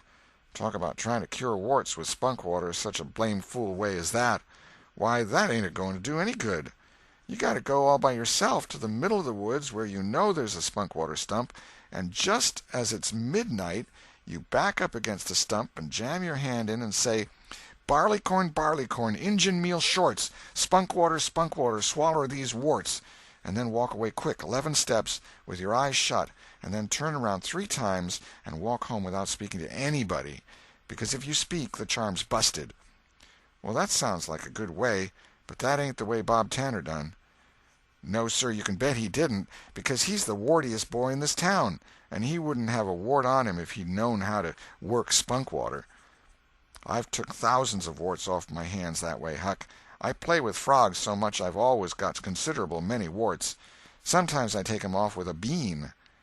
Yes, bean's good. I've done that. Have you? What's your way? You take and split the bean and cut the wart so as to get some blood, and then you put the blood on one piece of the bean and take and dig a hole and bury it about midnight at the crossroads in the dark of the moon, and then you burn up the rest of the bean. You see, that piece that's got the blood on it will keep drawing and drawing, trying to fetch the other piece to it, and so that helps the blood to draw the wart, and pretty soon off she comes. Yes, that's it, Huck, that's it. Though when you're burying it, if you say, down bean, off wart, come no more to bother me, it's better. That's the way Joe Harper does, and he's been nearly to Coonville and most everywheres. But say, how do you cure 'em with dead cats? Why, you take your cat and go and get in the graveyard long about midnight when somebody that was wicked has been buried, and when it's midnight a devil will come, or maybe 2 or 3, but you can't see 'em. You can only hear something like the wind, or maybe hear 'em talk. And when they're taking that feller away, you heave your cat after 'em and say, devil follow corpse, cat follow devil, warts follow cat, I'm done with you. And that'll fetch any wart. Sounds right. Do you ever try it, Huck? No, but old Mother Hopkins told me. Well, I reckon it's so, then, because they say she's a witch. Say! Why, Tom, I know she is. She witched Pap. Pap says so his own self. He come along one day, and he see she was a-witching him, so he took up a rock, and if she hadn't dodged, he'd a got her. Well, that very night he rolled off in the shed where he was a-layin' drunk and broke his arm. Why, that's awful. How did he know she was a-witching him? Lord, Pap can tell easy. Pap says when they keep looking at you right stiddy, they're witching you, especially if they mumble. 'Cause when they mumble they're saying the Lord's Prayer backwards. Say, Hucky, when you going to try the cat? Tonight. I reckon they'll come after old Hoss Williams tonight. But they buried him Saturday. Didn't they get him Saturday night? Why, how you talk. How could their charms work till midnight, and then it's Sunday? Devils don't slosh around much of a Sunday, I don't reckon. I never thought of that. That's so. Let me go with you. Of course, if you ain't afeard. Afeard? 'Tain't likely. Will you meow? Yes, and you meow back, if you get a chance. Last time you kept me a-meowing around till old Hayes went to throwing rocks at me and says, darn that cat, and so I hove a brick through his window. But don't you tell. I won't. I couldn't meow that night because Auntie was watching me, but I'll meow this time. Say, what's that? Nothing but a tick. Where'd you get him? Out in the woods. What'll you take for him? I don't know. I don't want to sell him. All right. It's a mighty small tick, anyway. Oh, anybody can run a tick down that don't belong to them. I'm satisfied with it. It's a good enough tick for me. Sho, there's ticks a-plenty. I could have 1,000 of 'em if I wanted to. Well, why don't you? Because you know mighty well you can't. This is a pretty early tick, I reckon. It's the first one I've seen this year. Say, Huck, I'll give you my tooth for him. Let's see it. Tom got out a bit of paper and carefully unrolled it. Huckleberry viewed it wistfully. The temptation was very strong. At last he said, Is it genuine? Tom lifted his lip and showed the vacancy. Well, all right, said Huckleberry. It's a trade. Tom enclosed the tick in the percussion cap box that had lately been the pinchbug's prison, and the boys separated, each feeling wealthier than before. When Tom reached the little isolated frame schoolhouse, he strode in briskly, with the manner of one who had come with all honest speed. He hung his hat on a peg and flung himself into his seat with businesslike alacrity. The master, throned on high in his great splint-bottom arm-chair, was dozing, lulled by the drowsy hum of study. The interruption roused him. "Thomas Sawyer?" Tom knew that when his name was pronounced in full it meant trouble. "Sir." "Come up here. Now, sir, why are you late again, as usual?" Tom was about to take refuge in a lie when he saw two long tails of yellow hair hanging down a back that he recognized by the electric sympathy of love, and by that form was the only vacant place on the girl's side of the schoolhouse. He instantly said, "I stopped to talk with Huckleberry Finn." The master's pulse stood still, and he stared helplessly. The buzz of study ceased. The pupils wondered if this foolhardy boy had lost his mind. The master said, You did what?" "Stopped to talk with Huckleberry Finn." There was no mistaking the words. "Thomas Sawyer, this is the most astounding confession I have ever listened to. No mere ferule will answer for this offense. Take off your jacket." The master's arm performed until it was tired and the stock of switches notably diminished. Then the order followed. "Now, sir, go and sit with the girls, and let this be a warning to you." The titter that rippled around the room appeared to abash the boy, but in reality that result was caused rather more by his worshipful awe of his unknown idol, and a dread pleasure that lay in his high good fortune. He sat down upon the end of the pine bench, and the girl hitched herself away from him with a toss of her head. Nudges and winks and whispers traversed the room, but Tom sat still with his arms upon the long, low desk before him, and seemed to study his book. By and by attention ceased from him, and the accustomed school murmur rose upon the dull air once more. Presently the boy began to steal furtive glances at the girl. She observed it, made a mouth at him, and gave him the back of her head for the space of a minute. When she cautiously faced around again, a peach lay before her. She thrust it away. Tom gently put it back. She thrust it away again, but with less animosity. Tom patiently returned it to its place. Then she let it remain. Tom scrawled on his slate, "Please take it. I got more." The girl glanced at the words, but made no sign. Now the boy began to draw something on the slate, hiding his work with his left hand.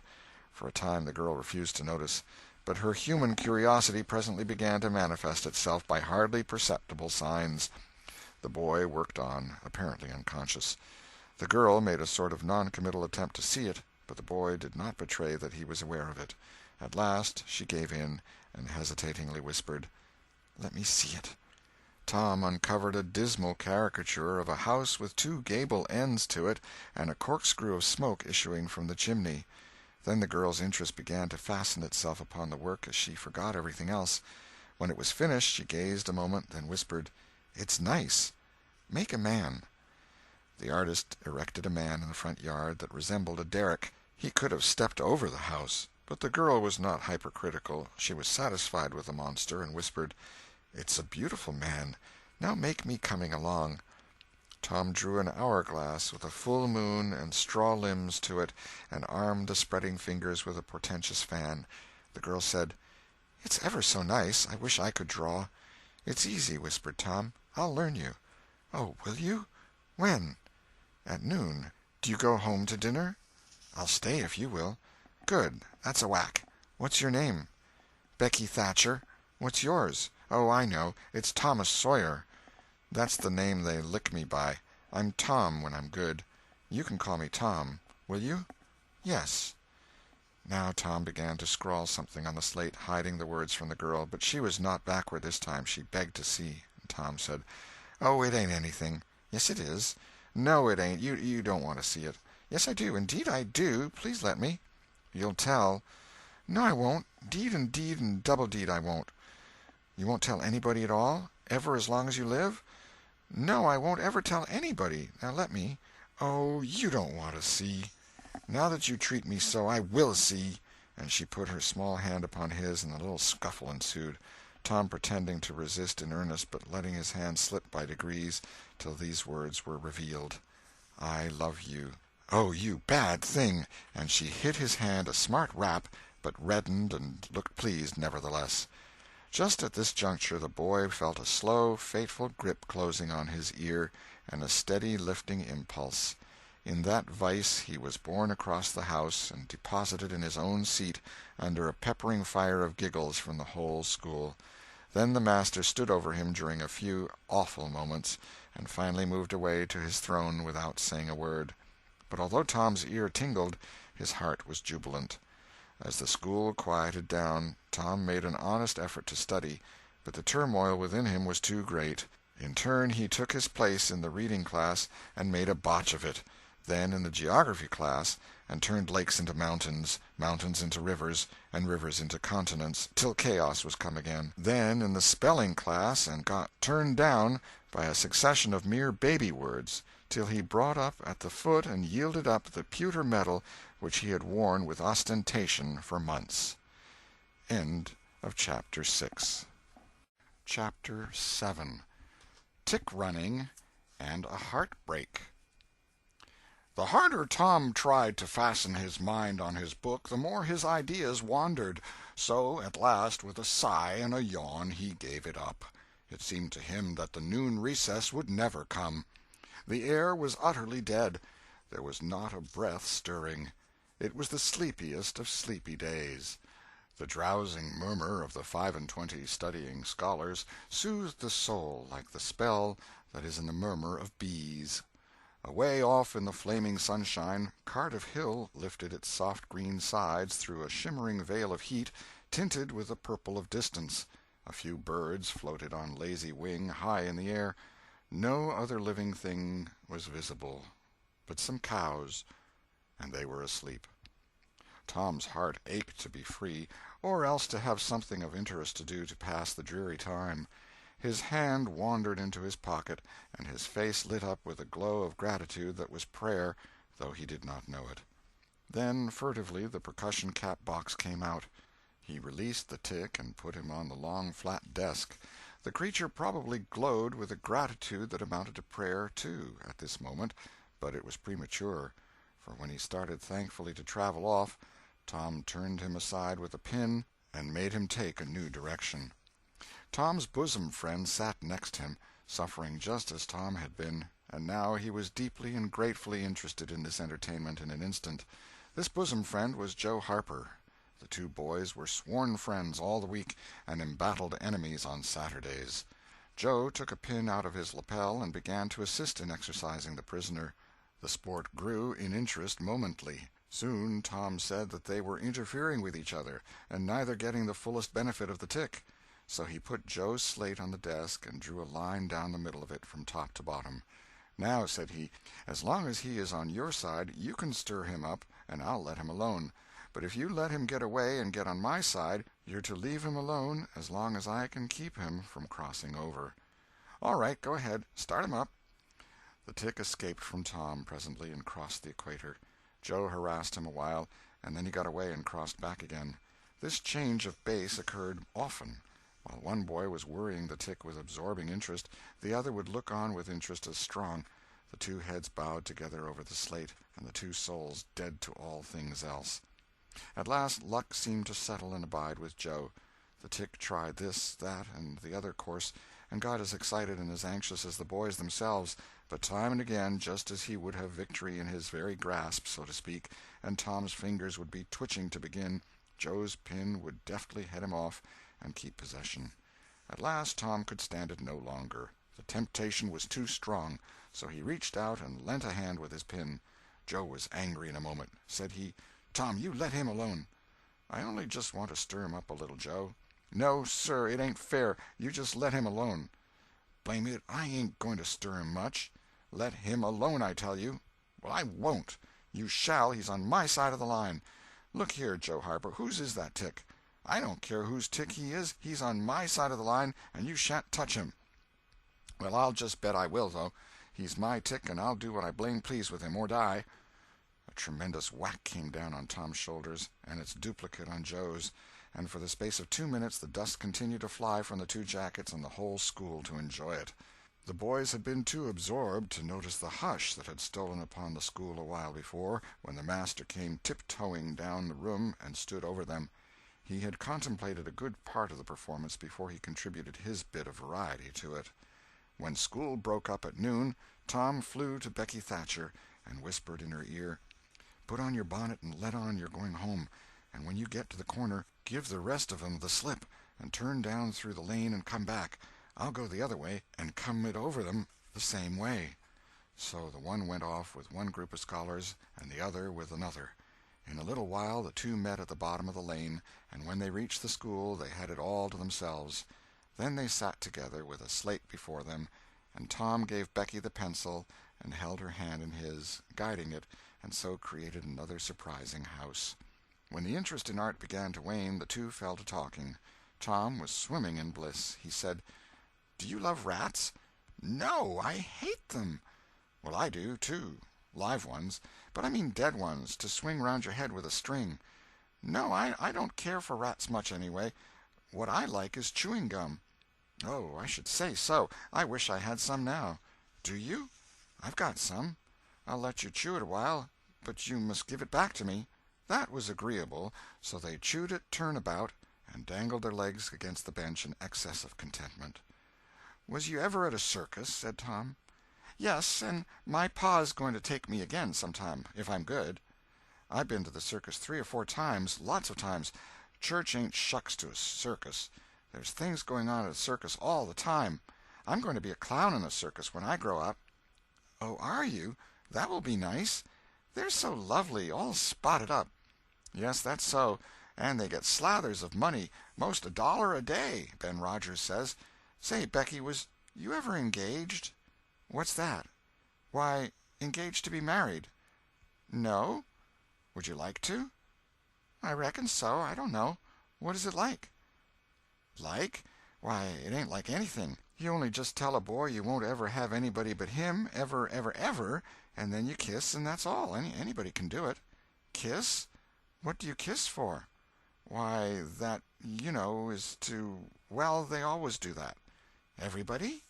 "Why, yes, everybody that's in love with each other. Do you remember what I wrote on the slate?" Yes." "What was it?" "I shan't tell you." "Shall I tell you?" Yes, but some other time." "No, now." "No, not now. Tomorrow." "Oh, no, now. Please, Becky, I'll whisper it. I'll whisper it ever so easy." Becky hesitating, Tom took silence for consent, and passed his arm about her waist and whispered the tale ever so softly, with his mouth close to her ear, and then he added, "Now you whisper it to me, just the same." She resisted for a while, and then said, "You turn your face away so you can't see, and then I will. But you mustn't ever tell anybody. Will you, Tom? Now you won't, will you?" "No, indeed I won't. Now, Becky." He turned his face away, and she bent timidly around till her breath stirred his curls, and whispered, "I love you." Then she sprang away and ran around and around the desks and benches, with Tom after her, and took refuge in a corner at last, with her little white apron to her face. Tom clasped her about her neck and pleaded, "Now, Becky, it's all done, all over but the kiss. Don't you be afraid of that. It ain't anything at all. Please, Becky." And he tugged at her apron and the hands. By and by she gave up and let her hands drop. Her face, all glowing with the struggle, came up and submitted. Tom kissed the red lips and said, "Now it's all done, Becky, and always after this, you know, you ain't ever to love anybody but me, and you ain't ever to marry anybody but me, never, never, and forever. Will you?" "No, I'll never love anybody but you, Tom, and I'll never marry anybody but you, and you ain't to ever marry anybody but me, either." "Certainly, of course. That's part of it. And always coming to school, or when we're going home, you're to walk with me, when there ain't anybody looking, and you choose me and I choose you at parties, because that's the way you do when you're engaged." "It's so nice. I never heard of it before." "Oh, it's ever so gay. Why, me and Amy Lawrence—" The big eyes told Tom his blunder, and he stopped confused. "Oh, Tom, then I ain't the first you've ever been engaged to?" The child began to cry, and Tom said, "Oh, don't cry, Becky. I don't care for her any more." "Yes, you do, Tom. You know you do." Tom tried to put his arm about her neck, but she pushed him away and turned her face to the wall and went on crying. Tom tried again, with soothing words in his mouth, and was repulsed again. Then his pride was up, and he strode away and went outside. He stood about, restless and uneasy, for a while, glancing at the door every now and then, hoping she would repent and come to find him. But she did not. Then he began to feel badly, and fear that he was in the wrong. It was a hard struggle with him to make new advances, now, but he nerved himself to it, and entered. She was still standing back there in the corner, sobbing, with her face to the wall. Tom's heart smote him. He went to her and stood a moment, not knowing exactly how to proceed. Then he said hesitatingly, "Becky, I don't care for anybody but you." No reply, but sobs. "Becky," pleadingly, "Becky, won't you say something?" More sobs. Tom got out his chiefest jewel, a brass knob from the top of an andiron, and passed it around her so that she could see it, and said, "Please, Becky, won't you take it?" She struck it to the floor. Then Tom marched out of the house and over the hills and far away, to return to school no more that day. Presently Becky began to suspect. She ran to the door. He was not in sight. She flew around to the play-yard. He was not there. Then she called, "Tom? Come back, Tom!" She listened intently, but there was no answer. She had no companions but silence and loneliness. So she sat down to cry again and upbraid herself, and by this time the scholars began to gather again, and she had to hide her griefs and still her broken heart and take up the cross of a long, dreary, aching afternoon, with none among the strangers about her to exchange sorrows with. End of Chapter 7. Chapter 8. A Pirate Bold to Be. Tom dodged hither and thither through lanes until he was well out of the track of returning scholars, and then fell into a moody jog. He crossed a small branch 2 or 3 times, because of a prevailing juvenile superstition that to cross water baffled pursuit. Half an hour later he was disappearing behind the Douglas mansion on the summit of Cardiff Hill, and the schoolhouse was hardly distinguishable away off in the valley behind him. He entered a dense wood, picked his pathless way to the center of it, and sat down on a mossy spot under a spreading oak. There was not even a zephyr stirring. The dead noonday heat had even stilled the songs of the birds. Nature lay in a trance that was broken by no sound but the occasional far-off hammering of a woodpecker, and this seemed to render the pervading silence and sense of loneliness the more profound. The boy's soul was steeped in melancholy. His feelings were in happy accord with his surroundings. He sat long with his elbows on his knees and his chin in his hands, meditating. It seemed to him that life was but a trouble at best, and he more than half envied Jimmy Hodges, so lately released. It must be very peaceful, he thought, to lie and slumber and dream forever and ever, with the wind whispering through the trees and caressing the grass and the flowers over the grave, and nothing to bother and grieve about, ever any more. If he only had a clean Sunday-school record, he could be willing to go, and be done with it all. Now, as to this girl, what had he done? Nothing. He had meant the best in the world, and been treated like a dog, like a very dog. She would be sorry some day, maybe when it was too late. Ah, if he could only die temporarily. But the elastic heart of youth cannot be compressed into one constrained shape long at any time. Tom presently began to drift insensibly back into the concerns of this life again. What if he turned his back now, and disappeared mysteriously? What if he went away, ever so far away, into unknown countries beyond the seas, and never came back any more? How would she feel then? The idea of being a clown recurred to him now, only to fill him with disgust. For frivolity and jokes and spotted tights were an offense when they intruded themselves upon a spirit that was exalted into the vague, august realm of the romantic. No, he would be a soldier, and return after long years all war-worn and illustrious. No, better still, he would join the Indians, and hunt buffaloes and go on the warpath in the mountain ranges and the trackless great plains of the far west, and away in the future come back a great chief, bristling with feathers, hideous with paint, and prance into Sunday school some drowsy summer morning with a blood-curdling war-whoop, and sear the eyeballs of all his companions with unappeasable envy. But no, there was something gaudier even than this. He would be a pirate. That was it. Now his future lay plain before him, and glowing with unimaginable splendor. How his name would fill the world, and make people shudder! How gloriously he would go plowing the dancing seas in his long, low, black-hulled racer, the Spirit of the Storm, with his grisly flag flying at the fore.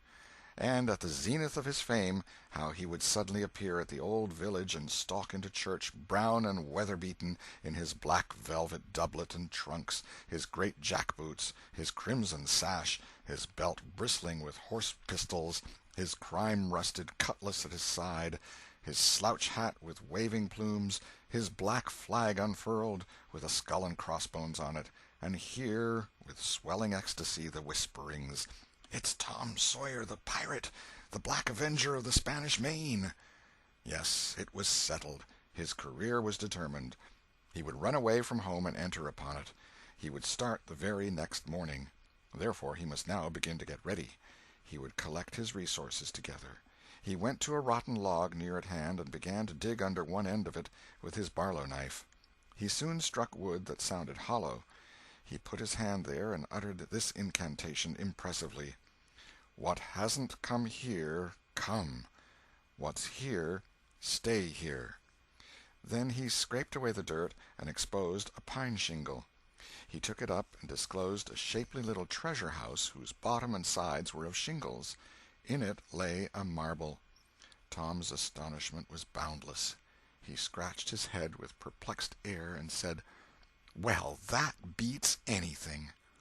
Then he tossed the marble away pettishly and stood cogitating. The truth was that a superstition of his had failed, here, which he and all his comrades had always looked upon as infallible. If you buried a marble with certain necessary incantations and left it alone a fortnight, and then opened the place with the incantation he had just used, you would find that all the marbles you had ever lost had gathered themselves together there, meantime, no matter how widely they had been separated. But now this thing had actually and unquestionably failed. Tom's whole structure of faith was shaken to its foundations. He had many a time heard of this thing succeeding, but never of its failing before. It did not occur to him that he had tried it several times before, himself, but could never find the hiding-places afterward. He puzzled over the matter some time, and finally decided that some witch had interfered and broken the charm. He thought he would satisfy himself on that point, so he searched around till he found a small sandy spot with a little funnel-shaped depression in it. He laid himself down and put his mouth close to this depression and called, "Doodle-bug, doodle-bug, tell me what I want to know. Doodle-bug, doodle-bug, tell me what I want to know." The sand began to work, and presently a small black bug appeared for a second and then darted under again in a fright. "He doesn't tell, so it was a witch that done it. I just knowed it." He well knew the futility of trying to contend against witches, so he gave up discouraged. But it occurred to him that he might as well have the marble he had just thrown away, and therefore he went and made a patient search for it. But he could not find it. Now he went back to his treasure-house and carefully placed himself just as he had been standing when he tossed the marble away. Then he took another marble from his pocket and tossed it in the same way, saying, "Brother, go find your brother." He watched where it stopped, and went there and looked. But it must have fallen short or gone too far, so he tried twice more. The last repetition was successful. The two marbles lay within a foot of each other. Just here the blast of a toy tin trumpet came faintly down the green aisles of the forest. Tom flung off his jacket and trousers, turned a suspender into a belt, raked away some brush behind the rotten log, disclosing a rude bow and arrow, a lath sword, and a tin trumpet, and in a moment had seized these things and bounded away bare-legged with fluttering shirt. He presently halted under a great elm, blew an answering blast, and then began to tiptoe and look warily out, this way and that. He said cautiously to an imaginary company, "Hold, my merry men, keep hid till I blow." Now appeared Joe Harper, as airily clad and elaborately armed as Tom. Tom called, "Hold! Who comes into Sherwood Forest without my pass?" Guy of Gisborne wants no man's pass. Who art thou that dares to hold such language? Said Tom, prompting, for they talked by the book from memory. Who art thou that dares to hold such language? I, indeed, I am Robin Hood, as thy caitiff carcass soon shall know. Then art thou indeed that famous outlaw? Right gladly will I dispute with thee the passes of the merry wood. Have at thee! They took their lath swords, dumped their other traps on the ground, and struck a fencing attitude, foot to foot, and began a grave, careful combat, 2 up and 2 down. Presently Tom said, Now if you've got the hang, go it lively. So they went it lively, panting and perspiring with the work. By and by Tom shouted, Fall! Fall! Why don't you fall? I shan't! Why don't you fall yourself? You're getting the worst of it. Why, that ain't anything. I can't fall. That ain't the way it is in the book. The book says, then with one black-handed stroke he slew poor Guy of Gisborne. You're to turn round and let me hit you on the back. There was no getting around the authorities, so Joe turned, received the whack, and fell. Now, said Joe, getting up, you got to let me kill you. That's fair. Why, I can't do that. It ain't in the book. Well, it's blamed mean, that's all. Well, say, Joe, you can be Friar Tuck or Much, the miller's son, and lam me with a quarter-staff. Or I'll be the Sheriff of Nottingham, and you be Robin Hood a little while and kill me. This was satisfactory, and so these adventures were carried out. Then Tom became Robin Hood again, and was allowed by the treacherous nun to bleed his strength away through his neglected wound. And at last Joe, representing a whole tribe of weeping outlaws, dragged him sadly forth, gave his bow into his feeble hands, and Tom said, Where this arrow falls, there bury poor Robin Hood under the greenwood tree. Then he shot the arrow and fell back and would have died, but he lit on a nettle and sprang up too gaily for a corpse. The boys dressed themselves, hid their accoutrements, and went off grieving that there were no outlaws any more, and wondering what modern civilization could claim to have done to compensate for their loss. They said they would rather be outlaws a year in Sherwood Forest than President of the United States forever. End of Chapter 8. Chapter 9. Tragedy in the Graveyard. At 9:30 that night, Tom and Sid were sent to bed as usual. They said their prayers, and Sid was soon asleep. Tom lay awake and waited in restless impatience. When it seemed to him that it must be nearly daylight, he heard the clock strike 10. This was despair. He would have tossed and fidgeted as his nerves demanded, but he was afraid he might wake Sid, so he lay still and stared up into the dark. Everything was dismally still. By and by, out of the stillness, little, scarcely perceptible noises began to emphasize themselves. The ticking of the clock began to bring itself into notice. Old beams began to crack mysteriously. The stairs creaked faintly. Evidently spirits were abroad. A measured, muffled snore issued from Aunt Polly's chamber. And now the tiresome chirping of a cricket that no human ingenuity could locate began. Next, the ghastly ticking of a death-watch in the wall at the bed's head made Tom shudder. It meant that somebody's days were numbered. Then the howl of a far-off dog rose on the night air and was answered by a fainter howl from a remoter distance. Tom was in an agony. At last he was satisfied that time had ceased and eternity begun. He began to doze in spite of himself. The clock chimed 11, but he did not hear it. And then there came, mingling with his half-formed dreams, a most melancholy caterwauling. The raising of a neighboring window disturbed him. A cry of "Scat, you devil!" and the crash of an empty bottle against the back of his aunt's woodshed brought him wide awake, and a single minute later he was dressed and out of the window and creeping along the roof of the L on all fours. He meowed with caution once or twice as he went, then jumped to the roof of the woodshed, and thence to the ground. Huckleberry Finn was there, with his dead cat. The boys moved off and disappeared in the gloom. At the end of half an hour they were wading through the tall grass of the graveyard. It was a graveyard of the old-fashioned Western kind. It was on a hill, about 1.5 miles from the village. It had a crazy board fence around it, which leaned inward in places, and outward the rest of the time, but stood upright nowhere. Grass and weeds grew rank over the whole cemetery. All the old graves were sunken in. There was not a tombstone on the place. Round-topped, worm-eaten boards staggered over the graves, leaning for support, and finding none. "Sacred to the memory of so-and-so" had been painted on them once, but it could no longer have been read on the most of them now, even if there had been light. A faint wind moaned through the trees, and Tom feared it might be the spirits of the dead complaining of being disturbed. The boys talked little, and only under their breath, for the time and the place and the pervading solemnity and silence oppressed their spirits. They found the sharp new heap they were seeking, and ensconced themselves within the protection of 3 great elms that grew in a bunch within a few feet of the grave. Then they waited in silence for what seemed a long time. The hooting of a distant owl was all the sound that troubled the dead stillness. Tom's reflections grew oppressive. He must force some talk, so he said in a whisper, "Hucky, do you believe the dead people like it for us to be here?" Huckleberry whispered, "I wisht I knowed. It's awful solemn like, ain't it?" "I bet it is." There was a considerable pause while the boys canvassed this matter inwardly. Then Tom whispered, "Say, Hucky, do you reckon Hoss Williams hears us talking?" "Oh, of course he does. Least his spirit does." Tom, after a pause, "I wish I'd said Mr. Williams, but I never meant any harm. Everybody called him Hoss." "Well, a body can't be too particular how they talk about these here dead people, Tom." This was a damper, and conversation died again. Presently Tom seized his comrade's arm and said, "Sh! What is it, Tom?" And the two clung together with beating hearts. "Sh! There 'tis again. Didn't you hear it?" "There! Now you hear it."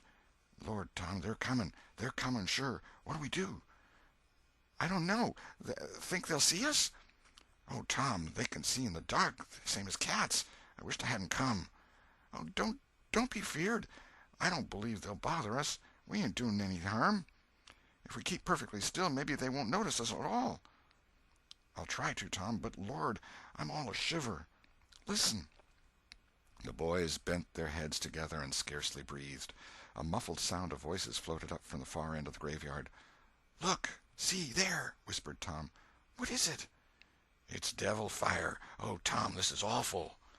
Some vague figures approached through the gloom, swinging an old-fashioned tin lantern that freckled the ground with innumerable little spangles of light. Presently Huckleberry whispered with a shudder, "It's the devil, sure enough. 3 of them. Lordy, Tom, we're goners. Can you pray?" "I'll try, but don't you be afeard. They ain't going to hurt us. Now I lay me down to sleep, Shh! What is it, Huck?" "They're humans. One of 'em is, anyway. One of 'em's old Muff Potter's voice." "No, 'tain't so, is it?" "I bet I know it. Don't you stir nor budge. He ain't sharp enough to notice us. Drunk the same as usual, likely. Blamed old rip."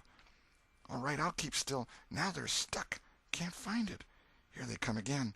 Now they're hot. Cold again. Hot again. Red hot. They're pointed right this time. Say, Huck, I know another of them voices. It's Injun Joe." "That's so, that murdering half-breed. I'd druther they was devils a dern sight. What can they be up to?" The whisper died wholly out now, for the 3 men had reached the grave and stood within a few feet of the boys' hiding-place.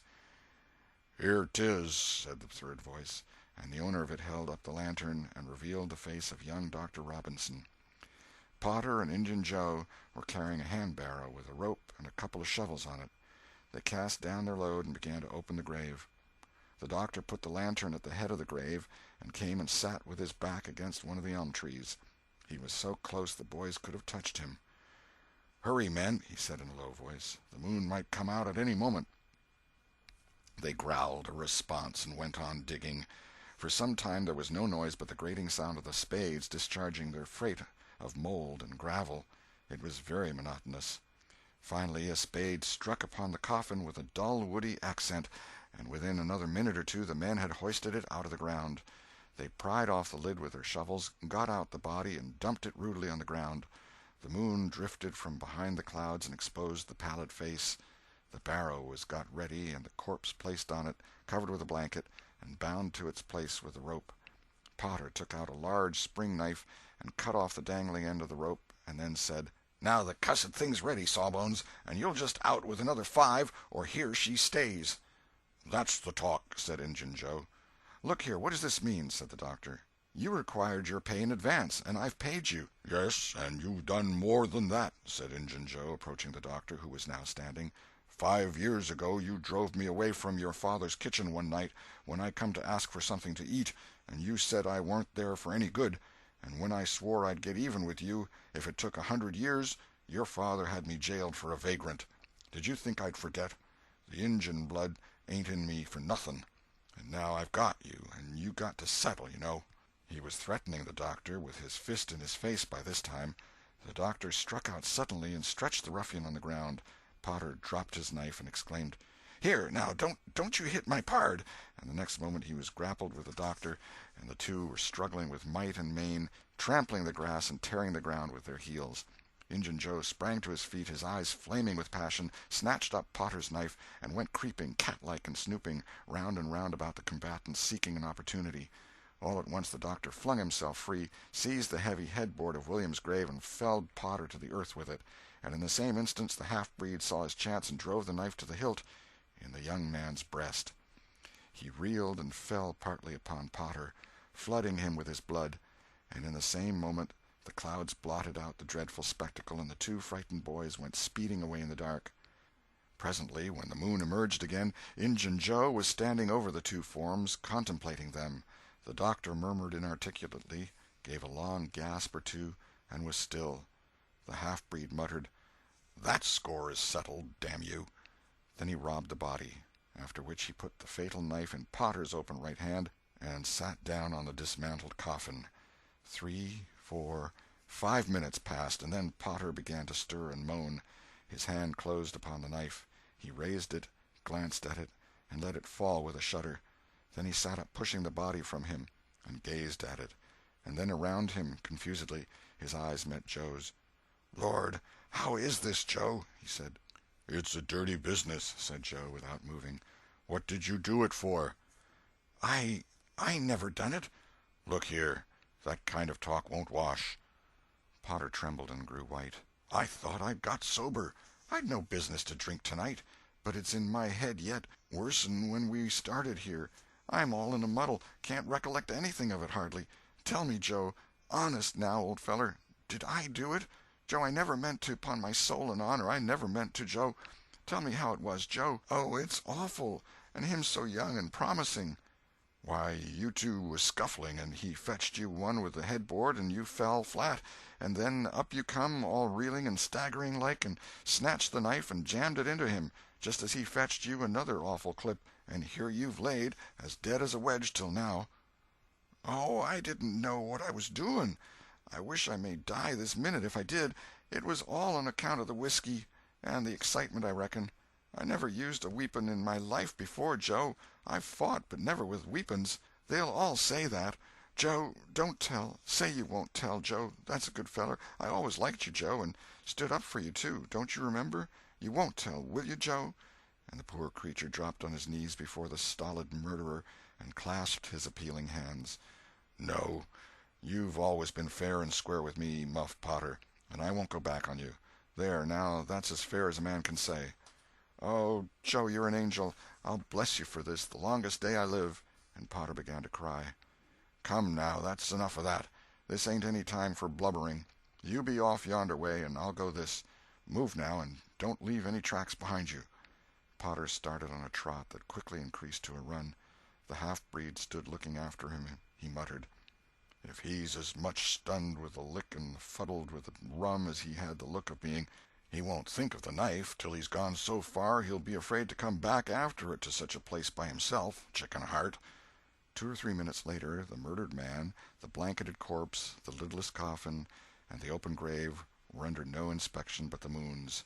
The stillness was complete again, too. End of Chapter 9. Chapter 10. Dire Prophecy of the Howling Dog. The two boys flew on and on toward the village, speechless with horror. They glanced backwards over their shoulders from time to time, apprehensively, as if they feared they might be followed.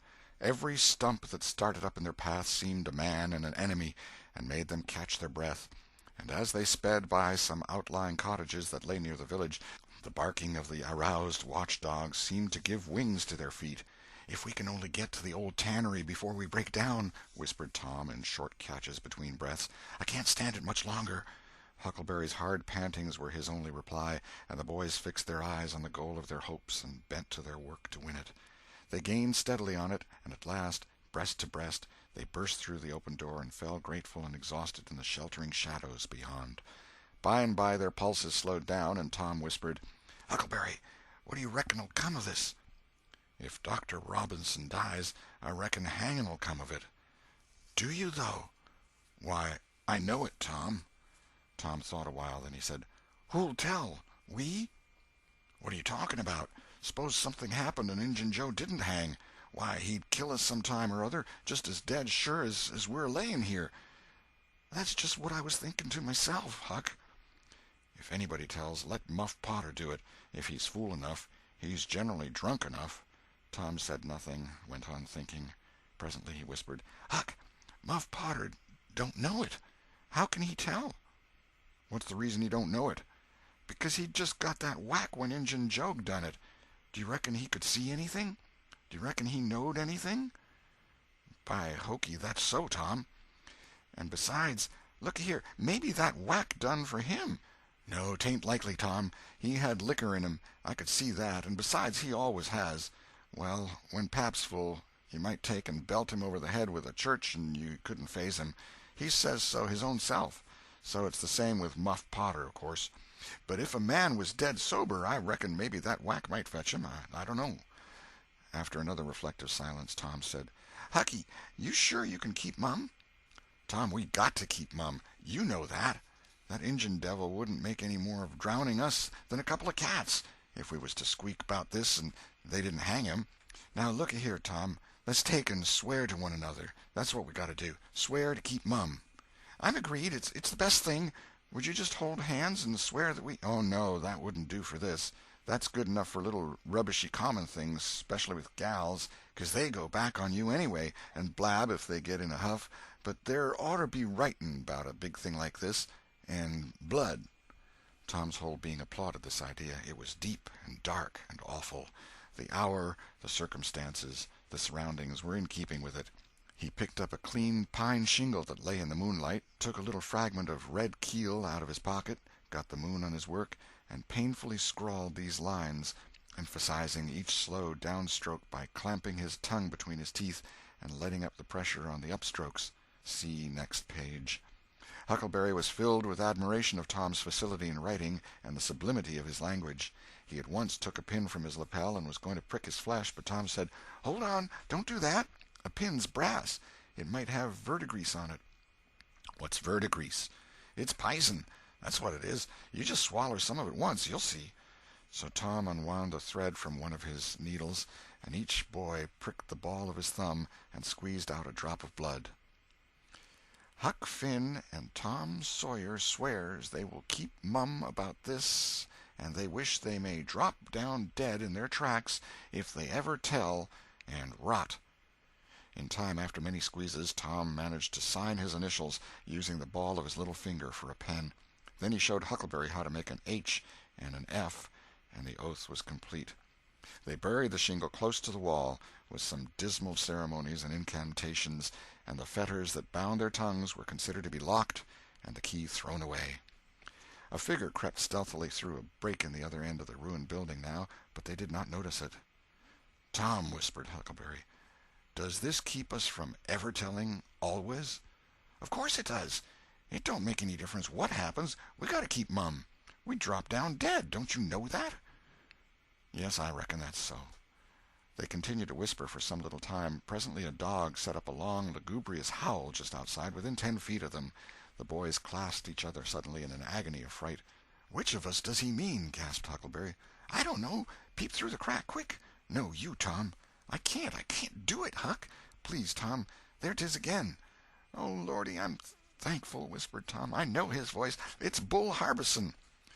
Note: If Mr. Harbison had owned a slave named Bull, Tom would have spoken of him as Harbison's Bull, but a son or a dog of that name was Bull Harbison. "Oh, that's good. I tell you, Tom, I was scared to death, and I'd 'a bet anything it was a stray dog. The dog howled again. The boy's heart sank once more. "Oh, my, that ain't no bull harbison," whispered Huckleberry. "Do, Tom." Tom, quaking with fear, yielded and put his eye to the crack. His whisper was hardly audible when he said, "Oh, Huck, it's a stray dog." "Quick, Tom, quick. Who does he mean?" "Huck, he must mean us both. We're right together." "Oh, Tom, I reckon we're goners. I reckon there ain't no mistake 'bout where I'll go to. I been so wicked. Dag fetch it, this comes of playing hooky and doing everything a feller's told not to do. I might have been good like Sid if I'd 'a' tried, but no, I wouldn't, of course. But if ever I get off of this time, I lay I'll just waller in Sunday schools." And Tom began to snuffle a little. "You bad?" And Huckleberry began to snuffle too. "Consound it, Tom Sawyer, you're just old pie, 'longside of what I am. Oh, lordy, lordy, lordy, I wisht I'd only had half your chance."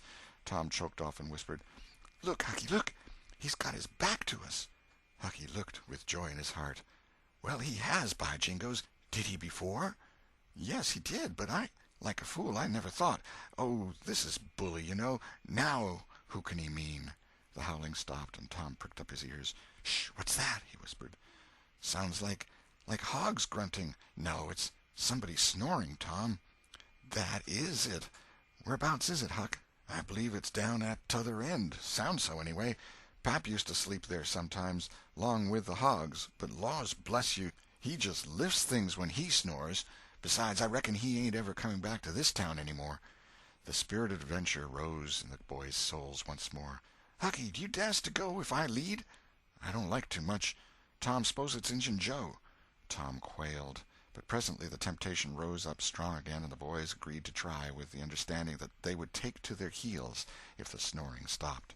So they went tiptoeing stealthily down, the one behind the other. When they had got to within 5 steps of the snorer, Tom stepped on a stick, and it broke with a sharp snap.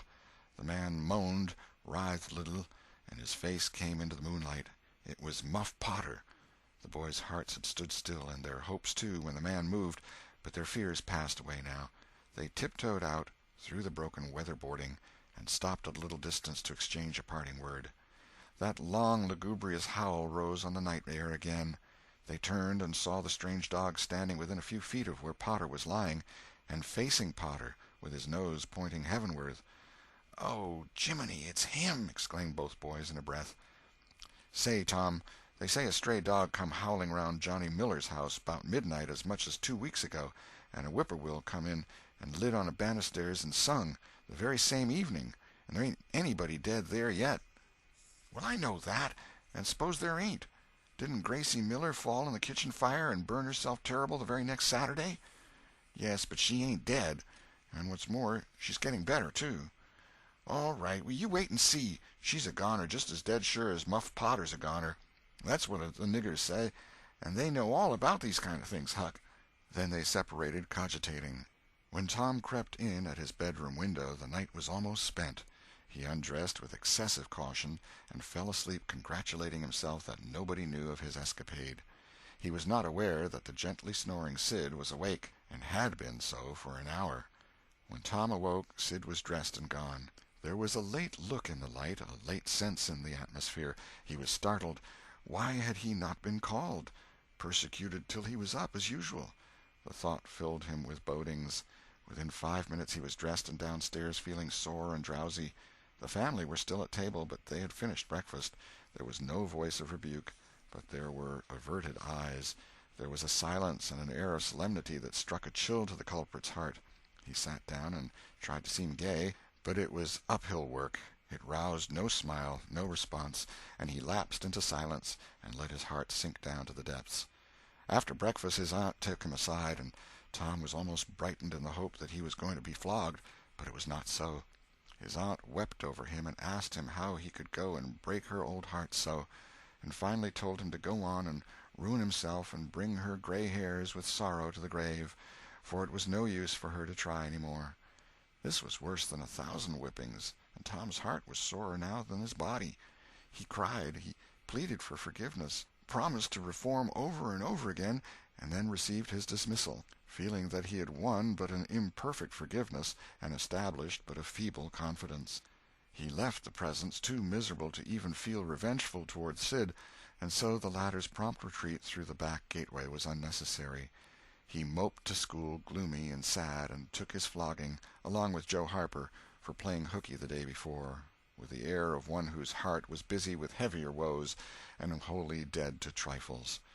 Then he betook himself to his seat, rested his elbows on his desk and his jaws in his hands, and stared at the wall with the stony stare of suffering that has reached the limit and can no further go. His elbow was pressing against some hard substance. After a long time he slowly and sadly changed his position and took up this object with a sigh. It was in a paper. He unrolled it. A long, lingering, colossal sigh followed, and his heart broke. It was his brass andiron knob. This final feather broke the camel's back. End of Chapter 10. Chapter 11. Conscience Racks Tom. Close upon the hour of noon, the whole village was suddenly electrified with the ghastly news.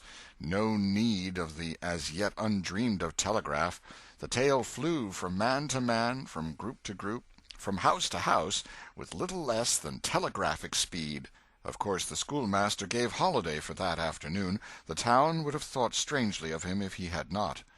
A gory knife had been found close to the murdered man, and it had been recognized by somebody as belonging to Muff Potter, so the story ran, and it was said that a belated citizen had come upon Potter washing himself in the branch about 1 or 2 o'clock in the morning, and that Potter had at once sneaked off. Suspicious circumstances, especially the washing, which was not a habit with Potter. It was also said that the town had been ransacked for this murderer. The public are not slow in the matter of sifting evidence and arriving at a verdict, but that he could not be found. Horsemen had departed down all the roads in every direction, and the sheriff was confident that he would be captured before night. All the town was drifting toward the graveyard. Tom's heartbreak vanished, and he joined the procession, not because he would not 1,000 times rather go anywhere else, but because an awful, unaccountable fascination drew him on. Arrived at the dreadful place, he wormed his small body through the crowd and saw the dismal spectacle. It seemed to him an age since he was there before. Somebody pinched his arm. He turned, and his eyes met Huckleberry's. Then both looked elsewhere at once, and wondered if anybody had noticed anything in their mutual glance. But everybody was talking, and intent upon the grisly spectacle before them. "Poor fellow! Poor young fellow! This ought to be a lesson to grave robbers. Muff Potter'll hang for this if they catch him." This was the drift of remark, and the minister said, "It was a judgment. His hand is here." Now Tom shivered from head to heel, for his eye fell upon the stolid face of Injun Joe. At this moment the crowd began to sway and struggle, and voices shouted, "It's him! It's him! He's coming himself!" "Who? Who?" from 20 voices. "Muff Potter." "Hello, he's stopped! Look out, he's turning! Don't let him get away!" People in the branches of the trees over Tom's head said he wasn't trying to get away, he only looked doubtful and perplexed. "Infernal impudence," said a bystander. "Wanted to come and take a quiet look at his work, I reckon. Didn't expect any company." The crowd fell apart now, and the sheriff came through, ostentatiously leading Potter by the arm. The poor fellow's face was haggard, and his eyes showed the fear that was upon him. When he stood before the murdered man he shook as with a palsy, and he put his face in his hands and burst into tears. "I didn't do it, friends," he sobbed. "'Pon my word and honor, I never done it." "Who's accused you?" shouted a voice. This shot seemed to carry home. Potter lifted his face and looked around him with a pathetic hopelessness in his eyes. He saw Injun Joe and exclaimed, "Oh, Injun Joe, you promised me you'd never—" "Is that your knife?" And it was thrust before him by the sheriff. Potter would have fallen if they had caught him and eased him to the ground. Then he said, "Something's told me if I didn't come back and get—" He shuddered, and then waved his nerveless hand with a vanquished gesture and said, "Tell 'em, Joe, tell 'em! It ain't any use any more." Then Huckleberry and Tom stood dumb and staring, and heard the stony-hearted liar reel off his serene statement, they expecting every moment that the clear sky would deliver God's lightnings upon his head, and wondering to see how long the stroke was delayed. and when he had finished and still stood alive and whole, their wavering impulse to break their oath and save the poor betrayed prisoner's life faded and vanished away, for plainly this miscreant had sold himself to Satan, and it would be fatal to meddle with the property of such a power as that. "Why didn't you leave? What did you want to come here for?" somebody said. "I couldn't help it, I couldn't help it," Potter moaned. "I wanted to run away, but I couldn't seem to come anywhere but here." And he fell to sobbing again.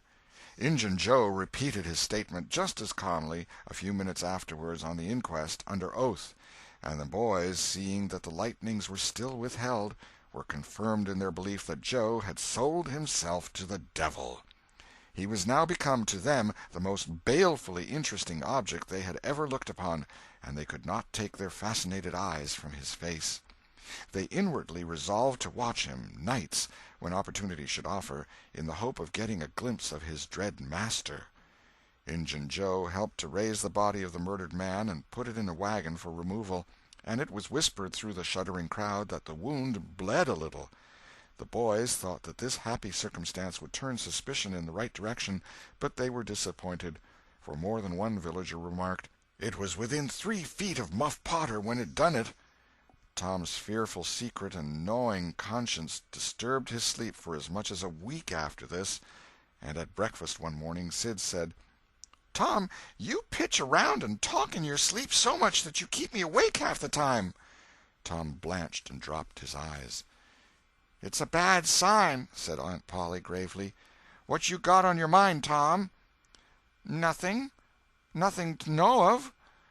But the boy's hand shook so that he spilled his coffee. "And you do talk such stuff," Sid said.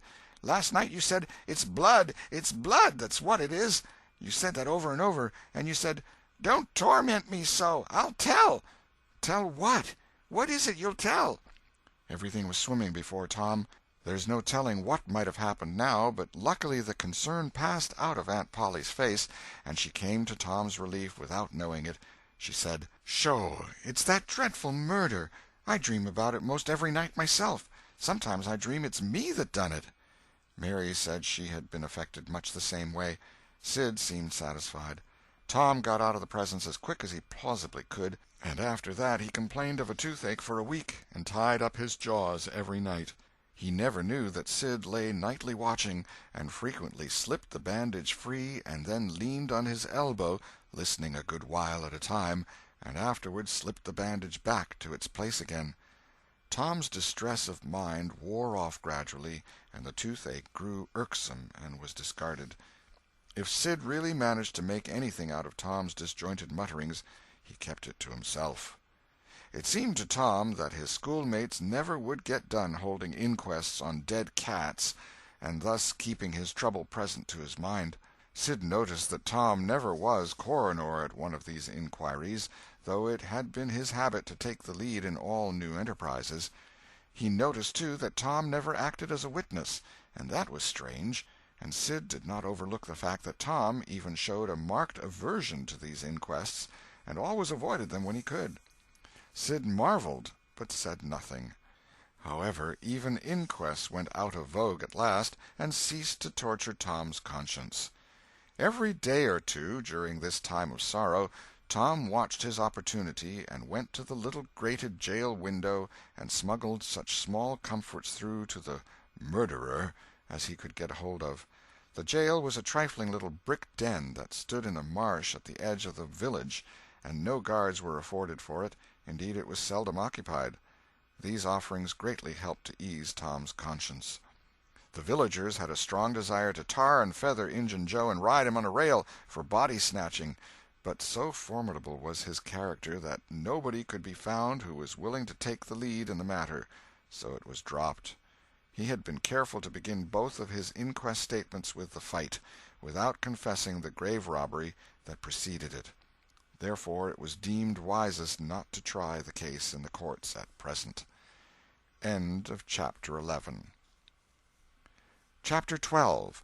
The Cat and the Painkiller. One of the reasons why Tom's mind had drifted away from its secret troubles was that it had found a new and weighty matter to interest itself about. Becky Thatcher had stopped coming to school. Tom had struggled with his pride a few days, and tried to whistle her down the wind, but failed. He began to find himself hanging around her father's house nights, and feeling very miserable. She was ill. What if she should die? There was distraction in the thought. He no longer took an interest in war, nor even in piracy. The charm of life was gone. There was nothing but dreariness left. He put his hoop away, and his bat. There was no joy in them any more. His aunt was concerned.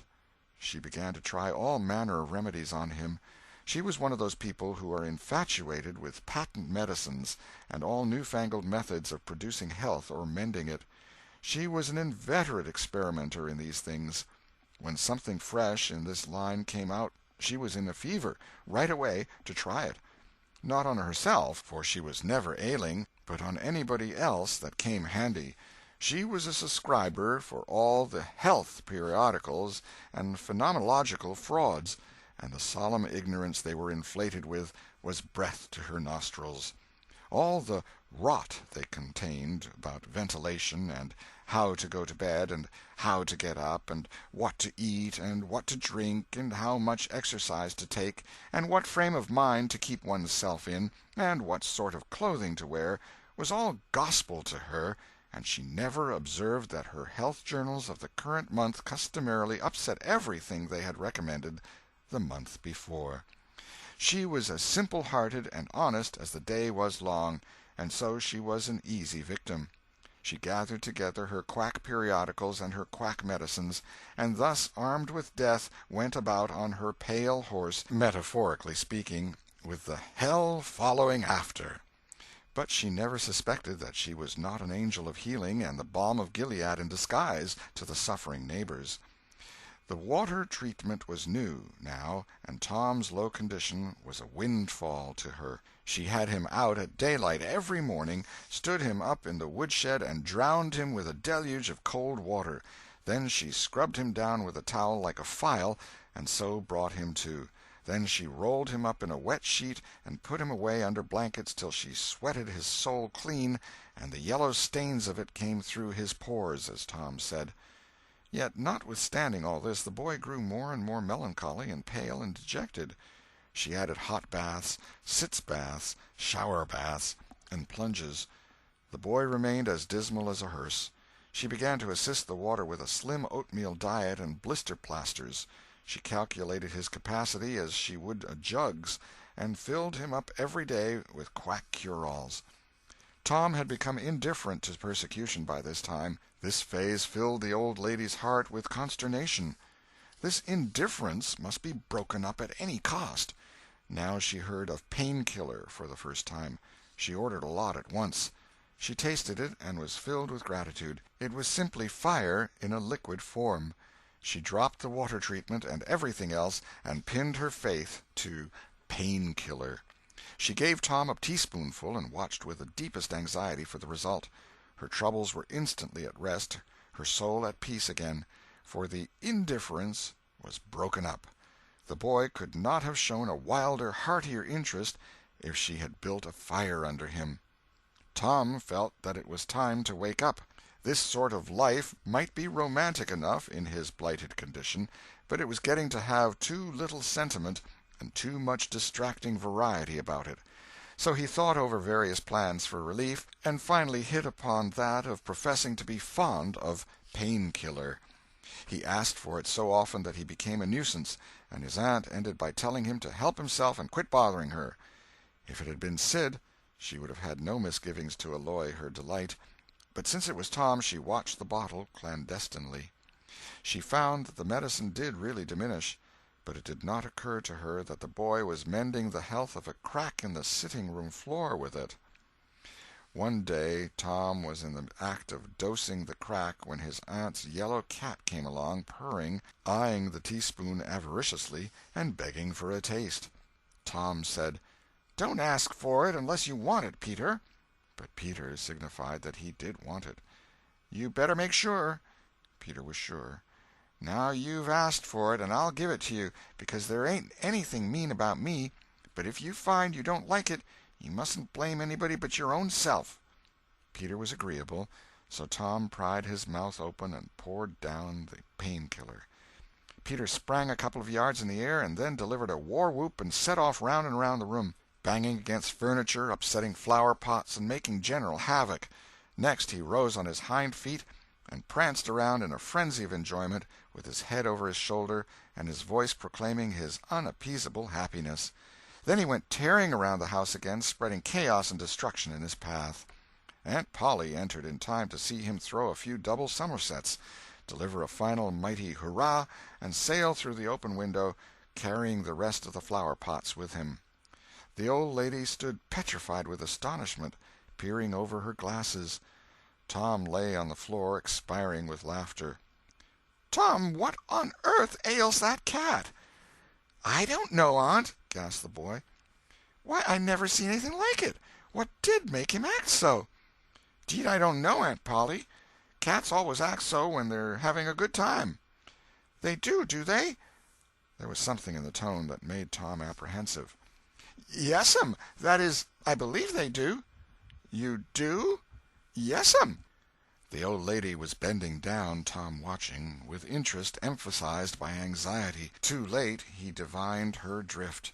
The handle of the tell-tale teaspoon was visible under the bed valance.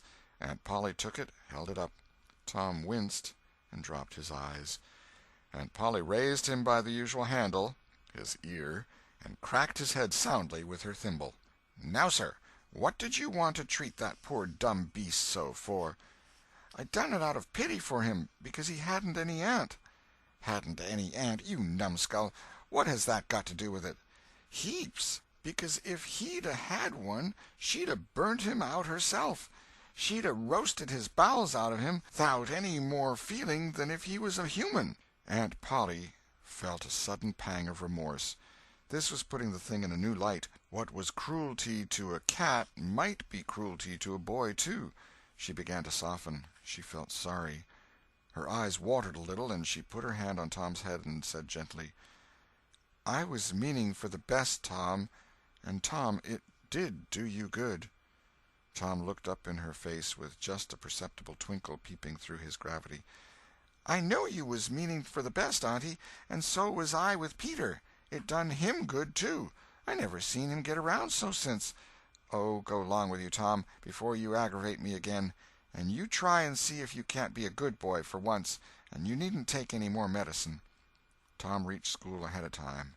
It was noticed that this strange thing had been occurring every day latterly. And now, as usual of late, he hung about the gate of the schoolyard instead of playing with his comrades. He was sick, he said, and he looked it. He tried to seem to be looking everywhere but whither he really was looking, down the road.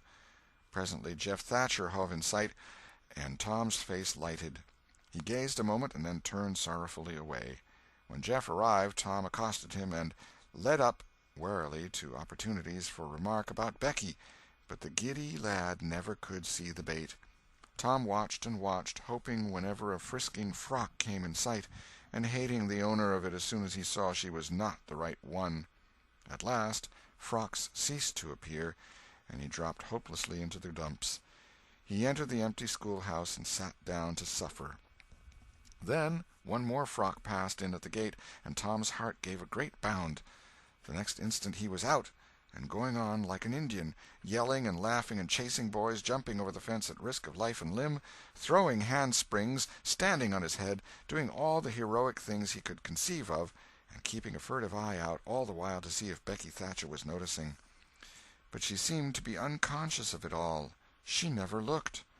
Could it be possible that she was not aware that he was there? He carried his exploits to her immediate vicinity, came war-whooping around, snatched a body's cap, hurled it to the roof of the schoolhouse, broke through a group of boys, tumbling them in every direction, and fell sprawling, himself, under Becky's nose, almost upsetting her, and she turned, with her nose in the air, and he heard her say, "Humph! Some people think they're mighty smart, always showing off." Tom's cheeks burned. He gathered himself up and sneaked off, crushed and crestfallen. End of Chapter 12. Chapter 13. The Pirate Crew Set Sail. Tom's mind was made up now. He was gloomy and desperate. He was a forsaken, friendless boy, he said. Nobody loved him. When they found out what they had driven him to, perhaps they would be sorry. He had tried to do right and get along, but they would not let him. Since nothing would do them but to get rid of him, let it be so. And let them blame him for the consequences. Why shouldn't they? What right had the friendless to complain? Yes, they had forced him to it at last. He would lead a life of crime. There was no choice. By this time he was far down Meadow Lane, and the bell for school to "take up" tingled faintly upon his ear. He sobbed, now, to think he should never, never hear that old familiar sound any more. It was very hard, but it was forced on him. Since he was driven out into the cold world, he must submit. But he forgave them. Then the sobs came thick and fast. Just at this point he met his soul's sworn comrade, Joe Harper, hard-eyed, and with evidently a great and dismal purpose in his heart. Plainly here were two souls with but a single thought. Tom, wiping his eyes with his sleeve, began to blubber out something about a resolution to escape from hard usage and lack of sympathy at home by roaming abroad into the great world never to return, and ended by hoping that Joe would not forget him. But it transpired that this was a request which Joe had just been going to make of Tom, and had come to hunt him up for that purpose. His mother had whipped him for drinking some cream which he had never tasted and knew nothing about. It was plain that she was tired of him and wished him to go. If she felt that way, there was nothing for him to do but succumb. He hoped she would be happy, and never regret having driven her poor boy out into the unfeeling world to suffer and die. As the two boys walked sorrowing along, they made a new compact to stand by each other and be brothers, and never separate till death relieved them of their troubles. Then they began to lay their plans. Joe was for being a hermit, and living on crusts in a remote cave, and dying, sometime, of cold and want and grief. But after listening to Tom, he conceded that there were some conspicuous advantages about a life of crime, and so he consented to be a pirate. 3 miles below St. Petersburg, at a point where the Mississippi River was a trifle over a mile wide, there was a long, narrow, wooded island, with a shallow bar at the head of it, and this offered well as a rendezvous. It was not inhabited. It lay far over towards the further shore, abreast a dense and almost wholly unpeopled forest. So Jackson's Island was chosen. Who were to be the subjects of their piracies was a matter that did not occur to them. Then they hunted up Huckleberry Finn, and he joined them promptly, for all careers were one to him. He was indifferent. They presently separated, to meet at a lonely spot on the river bank 2 miles above the village, at the favorite hour, which was midnight. There was a small log raft there which they meant to capture. Each would bring hooks and lines, and such provision as he could steal in the most dark and mysterious way, as became outlaws, and before the afternoon was done they had all managed to enjoy the sweet glory of spreading the fact that pretty soon the town would hear something. All who got this vague hint were cautioned to be mum and wait. About midnight Tom arrived with a boiled ham and a few trifles, and stopped in a dense undergrowth on a small bluff overlooking the meeting-place. It was starlight and very still. The mighty river lay like an ocean at rest. Tom listened a moment, but no sound disturbed the quiet. Then he gave a low, distinct whistle. It was answered from under the bluff. Tom whistled twice more. These signals were answered in the same way. Then a guarded voice said, "Who goes there?" "Tom Sawyer, the Black Avenger of the Spanish Main. Name your names." "Huck Finn, the Red-Handed, and Joe Harper, the Terror of the Seas." Tom had furnished these titles from his favorite literature. "'Tis well. Give the countersign." 2 hoarse whispers delivered the same awful word simultaneously to the brooding night. "Blood." Then Tom tumbled his ham over the bluff and let himself down after it, tearing both skin and clothes to some extent in the effort. There was an easy, comfortable path along the shore under the bluff, but it lacked the advantages of difficulty and danger so valued by a pirate. The Terror of the Seas had brought a side of bacon, and had about worn himself out with getting it there. Finn, the Red-Handed, had stolen a skillet and a quantity of half-cured leaf tobacco, and had also brought a few corn-cobs to make pipes with. but none of the pirates smoked or chewed but himself. The Black Avenger of the Spanish Main said it would never do to start without some fire. That was a wise thought. Matches were hardly known there in that day.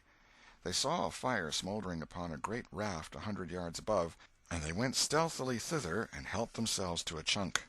They made an imposing adventure of it, saying "Hist!" every now and then, and suddenly halting with finger on lip, moving with hands on imaginary dagger hilts, and giving orders in dismal whispers that if the foe stirred, to let him have it to the hilt, because dead men tell no tales. They knew well enough that the raftsmen were all down at the village laying in stores or having a spree, but still that was no excuse for their conducting this thing in an unpiratical way. They shoved off presently, Tom in command, Huck at the after oar, and Joe at the forward. Tom stood amidships, gloomy-browed, and with folded arms, and gave his orders in a low, stern whisper. "Luff, and bring her to the wind." "Aye, aye, sir." "Steady, steady." "Steady it is, sir." "Let her go off a point." "Point it is, sir." As the boys steadily and monotonously drove the raft toward midstream, it was no doubt understood that these orders were given only for style, and were not intended to mean anything in particular. "What sail's she carrying?" "Courses, topsails, and flying jib, sir." "Send the r'yals up. Lay out aloft there, half a dozen of ye, fore-topmaststuns'l. Lively now." "Aye, aye, sir." "Shake out that main t'gallantsail. Sheets and braces. Now, my hearties." "Aye, aye, sir." "Heel 'em a lee, hard a port. Stand by to meet her when she comes. Port, port, now, men, with a will. Steady." "Steady it is, sir." The raft drew beyond the middle of the river. The boys pointed her head right, and then lay on their oars. The river was not high, so there was not more than a 2 or 3 mile current. Hardly a word was said during the next 3/4 of an hour. Now the raft was passing before the distant town. 2 or 3 glimmering lights showed where it lay, peacefully sleeping, beyond the vague vast sweep of a star-gemmed water, unconscious of the tremendous event that was happening. The Black Avenger stood still with folded arms, looking his last upon the scene of his former joys and his later sufferings, and wishing she could see him now, abroad on the wild sea, facing peril and death with dauntless heart, going to his doom with a grim smile on his lips. It was but a small strain on his imagination to remove Jackson Island beyond eye-shot of the village, and so he "looked his last" with a broken and satisfied heart. The other pirates were looking their last, too, and they all looked so long that they came near letting the current drift them out of the range of the island, but they discovered the danger in time and made shift to avert it. About 2 o'clock in the morning the raft grounded on the bar 200 yards above the head of the island, and they waded back and forth until they had landed their freight. Part of the little raft's belongings consisted of an old sail, and this they spread over a nook in the bushes for a tent to shelter their provisions, but they themselves would sleep in the open air in good weather, as became outlaws. They built a fire against the side of a great log 20 or 30 steps within the somber depths of the forest, and then cooked some bacon in the frying-pan for supper, and used up half of the corn pone stock they had brought. It seemed glorious sport to be feasting in that wild, free way in the virgin forest of an unexplored and uninhabited island, far from the haunts of men, and they said they never would return to civilization. The climbing fire lit up their faces and threw its ruddy glare upon the pillared tree-trunks of their forest temple, and upon the varnished foliage and festooning vines. When the last crisp slice of bacon was gone, and the last allowance of corn pone devoured, the boys stretched themselves out on the grass, filled with contentment. They could have found a cooler place, but they would not deny themselves such a romantic feature as the roasting campfire. "Ain't it gay?" said Joe. "It's nuts," said Tom. "What would the boys say if they could see us?" "Say? Well, they'd just die to be here. Hey, Hucky?" "I reckon so," said Huckleberry. "Anyways, I'm suited. I don't want nothing better'n this. I don't ever get enough to eat, generally, and here they can't come and pick at a feller and bully-rag him so." "It's just the life for me," said Tom. "You don't have to get up, mornings, and you don't have to go to school and wash and all that blame foolishness. You see, a pirate don't have to do anything, Joe, when he's ashore, but a hermit, He has to be a praying considerable, and then he don't have any fun, anyway, all by himself that way." "Oh, yes, that's so," said Joe. "But I hadn't thought much about it, you know. I'd a good deal rather be a pirate, now that I've tried it." "You see," said Tom, "people don't go much on hermits nowadays, like they used to in the old times, but a pirate's always respected, and a hermit's got to sleep on the hardest place he can find, and put sackcloth and ashes on his head, and stand out in the rain, and—" "What does he put sackcloth and ashes on his head for?" inquired Huck. "I don't know, but they's got to do it. Hermits always do. You'd have to do that if you was a hermit." "Derned if I would," said Huck. "Well, what would you do?" "I don't know, but I wouldn't do that." "Why, Huck, you'd have to. How'd you get around it?" "Why, I just wouldn't stand it. I'd run away." "Run away? Well, you would be a nice old slouch of a hermit. You'd be a disgrace." The red-handed made no response, being better employed. He had finished gouging out a cob, and now he fitted a weed stem to it, loaded it with tobacco, and was pressing a coal to the charge and blowing a cloud of fragrant smoke. He was in the full bloom of luxurious contentment. The other pirates envied him this majestic vice, and secretly resolved to acquire it shortly. Presently Huck said, "What does pirates have to do?"